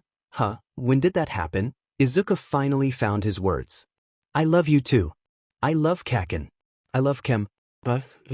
People in Izuku's life had always told him he had an amazing smile. Camie had even called it radiant once. In this moment, though, he thought there was no way that his smile could possibly compare to the brilliant, soft, loving smile that Kaken was giving him now. All at once, the tears started to flow again. Kaken scoffed and rolled his eyes, but that smile didn't drop for a moment. Fucking crybaby, he said as he gently wiped the tears away once more. I can't help it. I'm just so happy. Kaken's smile somehow got even softer, if that were possible. Me too, nerd. Me too. He pressed his lips against his once more, their eyes drifting shut to enjoy the moment before finally pulling away again. When they did though, Kaken looked embarrassed and shy again. Look, I kind of worked really hard this week on setting all this up, so would you mind if... Izuku couldn't stop the fond laughter that bubbled out of him when he realized what Kaken was asking. You want to finish the song, don't you? Kaken nodded as his face turned into a little pout that almost certainly wasn't voluntary, and Izuku's heart squeezed. I would love to hear the rest of Kaken's song. The pout vanished and Kaken's eyes lit up with unbridled joy before he quickly tamped it down into something calmer, but not less happy. He gave him another firm nod, then looked towards his accompanying friends who let the music pick back up to full volume, and Kaken opened his mouth to continue to sing. When the world around is caving in, and the winds, they keep on changing. Take my hand and let it spin. Izuku couldn't hold it back anymore. If Kaken got to express his emotions through the song like this, then Izuku was damn sure going to join him, because he was feeling so much and he couldn't let this opportunity to sing alongside the man he loves pass him by, so he opened his mouth and harmonized alongside him on the next line. Well, hold still. Kaken's eyes widened in shock, totally caught off guard by Izuku jumping in, so he decided to take advantage. He let his voice soften as he sang the next few lines with every drop of love and affection he felt for him. This is not a temporary love. This is not a temporary love. Now my heart is in your hands, please don't give it up. This is not a temporary love. The drum kicked hard before the music picked back up for the song's big finish, Kaken recovering and giving a smirk before jumping back in, letting them sing the last few lines out together. This is not a temporary love. No, this is not a temporary love. Now your heart is in my hands, please don't give it up.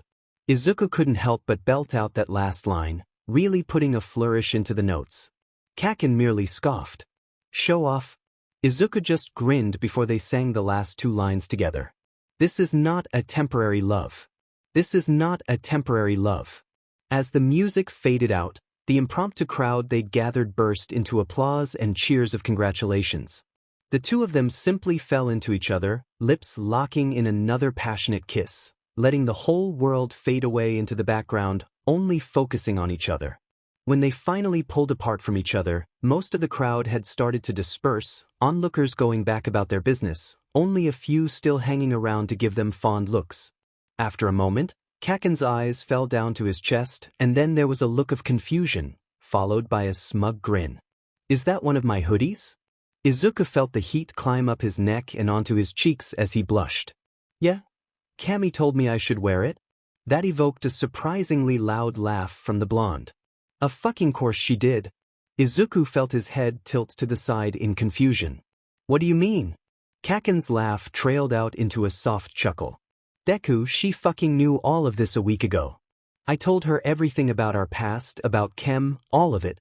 It's the only way I could get her to tell me what happened with your interview. Wait, so when she told me to wear... He trailed off as his mind processed all of that before letting out an exasperated yet fond sigh.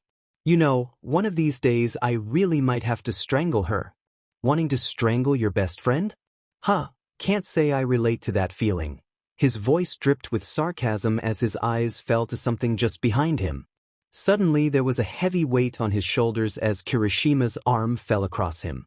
Aw, come on, don't be like that Baku bro. Not after we helped you with your big confession of love. Kaken glared at his best friend, but Izuku could see the blush rising up his cheeks. Then there was a head of dark purple in his peripheral vision, causing him to turn his head and meet the grinning face of Kyuka Jairu, her girlfriend Yairzu standing just behind her smiling. Hey Midoriya. Congratulations, Jairu said before her gaze shifted to Kaken, a shit-eating grin on her face. You definitely owe me big time for this one, Bakugo. Especially since you got your man. Oh, shut up. Kaken shouted, but there was absolutely no heat behind it whatsoever. Come now, Kyuka. No need to tease them, Yairzu spoke up from behind her. Just let them be happy. Jairu rolled her eyes, but never let her smile drop. Yeah. Yairzu's smile held, but her eyes had just the smallest glint of mischief as they turned to Kaken. But yes, Bakugo, I'd say you definitely are indebted to Kyuka for teaching you the whole song in just a week. Kaken stammered embarrassed, but Izuku was just floored all over again. You learned that whole thing in just a week? Kaken's so cool. Kaken blushed as Jairu scoffed good-naturedly and rolled her eyes. Wow, Bakugo, hold on to this one. I can't imagine anybody else on Earth who'd look at you like that. Kaken's blush deepened as Izuku felt Kirishima's grip around his shoulders tighten. Don't worry. The redhead spoke with a grin so wide it forced his eyes shut a little bit. My Bakubra'll take good care of our little Midoriya, isn't that right? Kaken looked right into Izuku's eyes and he could see all the love there behind them. Damn right I will. They stared into each other's eyes fondly for another moment before. They were interrupted by Kirishima. Alright, not to cut off the lovebirds, but I'm starving. Jairu echoed his sentiment. Yeah, Bakugo, you promised dinner for all this? Fine. Come on you mooches, let's go. Kaken grabbed his arm and pulled him out from beneath Kirishima, who made a show of pretending to fall at the lack of support, before pulling him underneath his own arm, holding him close. "You're walking with me, Deku?" Izuku just smiled, his cheeks starting to hurt from how much he'd done so in the last 30 minutes. "Gladly, Kaken." "Ugh, you two are gonna be insufferable from now on, aren't you?" Jiraiya groaned from their side, but she still had a smile on her face. "Bite me ears," Kaken shouted. Izuku jabbed him in the side with his finger. "Kaken, be nice. Your friends did a lot for us." When Kaken didn't do anything but grumble a barely heard "sorry" before smiling down at Izuku, Jiraiya chuckled. "Whipped." Kaken opened his mouth to reply, but before he could, Yaoyorozu cut in, giving Jiraiya a playful smile. "Oh, like you're any better, Kyuka? You play nice too. These boys are young and in love. It's sweet." "Yes, babe," Jiraiya said, embarrassment plain all over her face. Kaken snorted, but wisely kept his mouth shut. "Oh," Izuku shouted as an idea occurred to him. "I should invite Camie and Inesa to join us. They'll want to know everything that happened." "Ugh, do you have to invite that wind bastard?" "Yes, Kaken. He's one of my best friends." Fine, but you're sitting right next to me and he's sitting across from us so I can rub it in his face how happy we are." Izuku snorted and rolled his eyes fondly, knowing there was no real jealousy behind Kaken's words. "Okay, Kaken. And tell him to bring half and half. He should be here for this too, Lord knows he's heard me bitch about all this shit for long enough. He deserves a fucking meal out of it." Izuku smiled and nodded, pulling out his phone to message their group chat. When he unlocked the phone, though, the first thing that came up was his chat window with Kem, bringing to mind a question he'd wondered about, but never gotten an answer to. Where did Kem come from anyway? "Kem?" Jiro asked as Kirishima stifled a laugh and Kaken blushed. "Yeah?" Izuku replied, "It's part of the username Kaken used when he started messaging me. Kem0715. The numbers I get now, it's my birthday, very sweet of you by the way, Kaken. I never figured out the Kim. It's not your initials." Kaken opened his mouth to respond, but was cut off by the loud cackle of laughter from Jiraiya. "Seriously, Bakugo? You used that as your name?" "Oi, shut your mouth," Kaken yelled. "What, you know what it means, Jiraiya?" Izuku asked. "Yeah," she laughed out her response, "it's the initials for his first disastrous attempt at a hero name. King Explosion Murder." Izuku stared open-mouthed in disbelief at her before finally letting out a small snort of laughter. He looked up into his new boyfriend's eyes with a giggly smile. "I love you, Kaken. You're such a dork." Kaken managed to grumble out an "I love you too, nerd" before increasing his volume and loudly demanding that they go get the food already. As Izuku walked through the plaza, surrounded by new friends, going to meet old ones and pressed firmly into the side of his boyfriend, he couldn't help but feel content in a way he hadn't in what felt like forever. Sure, there was still a lot to do. He and Kaken still had a lot of things to discuss, and he still had to go through the interview on Monday, but for the first time in a long time, he didn't feel any anxiety at all. All he felt was joy. The video opens on the widely grinning face of Denki Kaminari, pro hero Chargebolt, clearly using his phone camera to record as he holds it out in selfie position. "What up, my lightning bugs? Just giving you another little behind-the-scenes peek at life here at the Dynamite Hero Agency. I know it's been a while since I've done one of these, so let's say hey to some folks, huh? Ugh, Kaminari, do you really have to drag the rest of us into this?" The voice of Kyukajo, pro hero earphone jack, can be heard from somewhere off camera. "Hush. You don't get a say, you don't even go here." Kaminari puts a higher inflection into his voice on the last line, clearly trying to make a reference to something, before turning his attention back to the camera. "Man, isn't Mean Girls the best? Anyway, let's go say hi." The camera shakes as Kaminari moves to some other part of the room he's in. From what is visible in the shot, it appears to be some kind of lounge or break room area, most likely at the Dynamite Hero Agency building in Tokyo. The camera finally settles as Kaminari plops down onto a couch, his arm around the shoulders of Katsuki Bakugo himself, looking grumpy and pointedly staring at anything but the camera. "Say hi to the fans, bye." Kaminari smiles his megawatt smile, but Katsuki's glare just deepens. "I swear to God, Pikachu, if you don't get that camera out of my face." Kaken, be nice. You should be happy to say hi to your fans.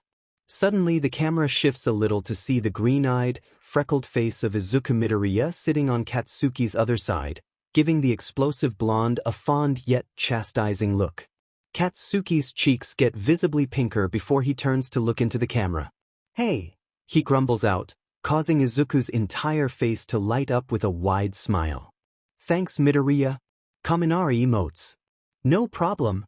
You know, it always amazes me how you can get Blasty here to calm down and behave. The voice of Mina Ishido, pro hero Pinky, can be heard off camera just before the video switches from the front camera to the rear and angles in such a way that a much wider portion of the room can be seen. It's like you've got him wrapped around your little finger. She finishes with a sly smile.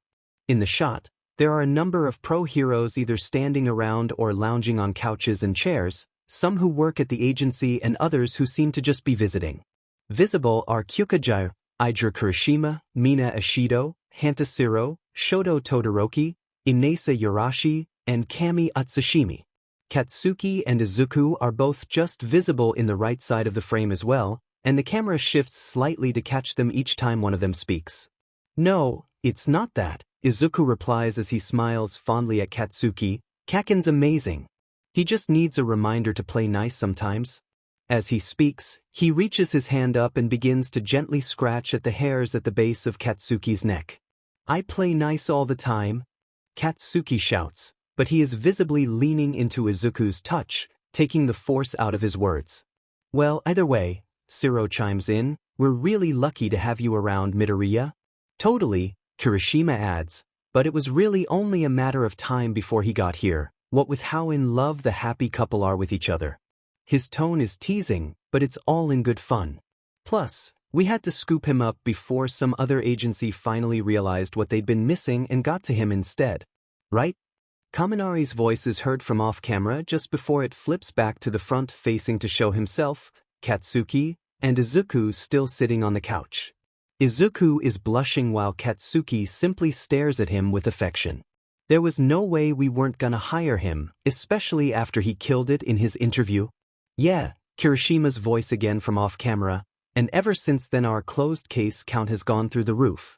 You're so smart, Midoriya. Izuku's blush gets deeper and deeper with every word. Guys, stop. It's not a big deal. Kaminari lets out an exaggerated gasp, mock offended on Izuku's behalf. No way, Midoriya. You're brilliant. You're so smart, you make me feel smarter just by being near you. PFD keep dreaming, Sparky, Jiro cuts in. Kaminari turns a glare to Jiro behind the camera. Hey, bro. It's true, Midoriya. The camera flips again to show the wider view of the room, centering on Todoroki as he speaks. My father has already called me 3 times asking me why I didn't hire you first. Hey, back off, icy hot. Katsuki barks. I got to him first, he's staying right here. The camera adjusts slightly to get the happy couple in frame, revealing that Katsuki has wrapped his arm around Izuku's shoulders and pulled him closer into his chest.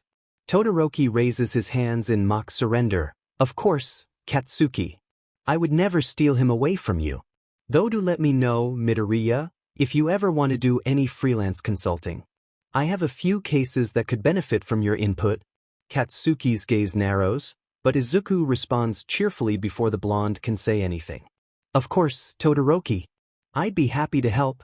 And let's not forget Zuku's channel. Camie pipes up, his follower count has like tripled ever since the 2 lovebirds had their viral moment in the plaza. Ugh, don't remind me, Izuku laments as he lets his head fall into his hands. I haven't posted a new video in so long. I feel bad for all my followers. Don't feel bad, buddy. Kaminari shifts Izuku to be in the center of the shot, just before he gasps, as if he'd had a sudden epiphany. Dude, why don't you sing something now? He cries with joyful enthusiasm. Izuku's head pops up to look directly at Kaminari just behind the camera. What? That's a great idea. The camera turns again to focus on Kirishima. You should totally sing something.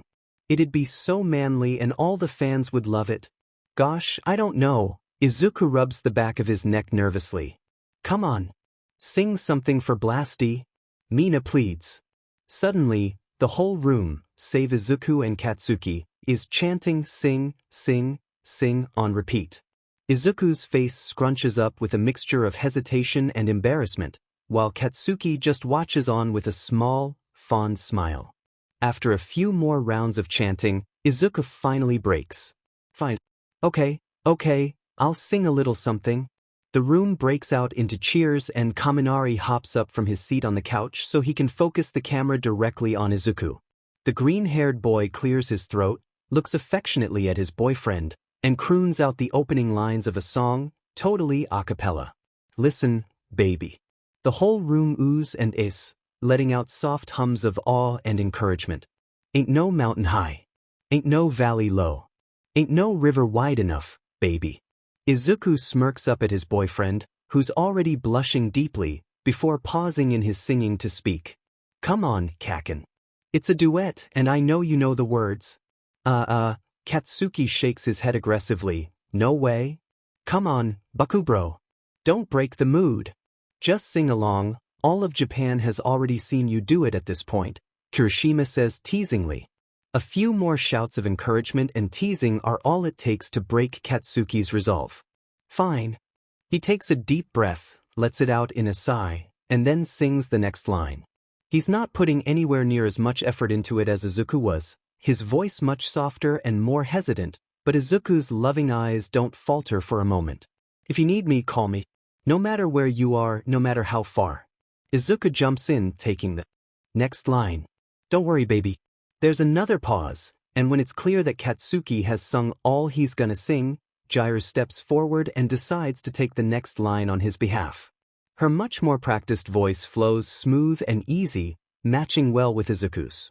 Just call his name, he'll be there in a hurry. You don't have to worry.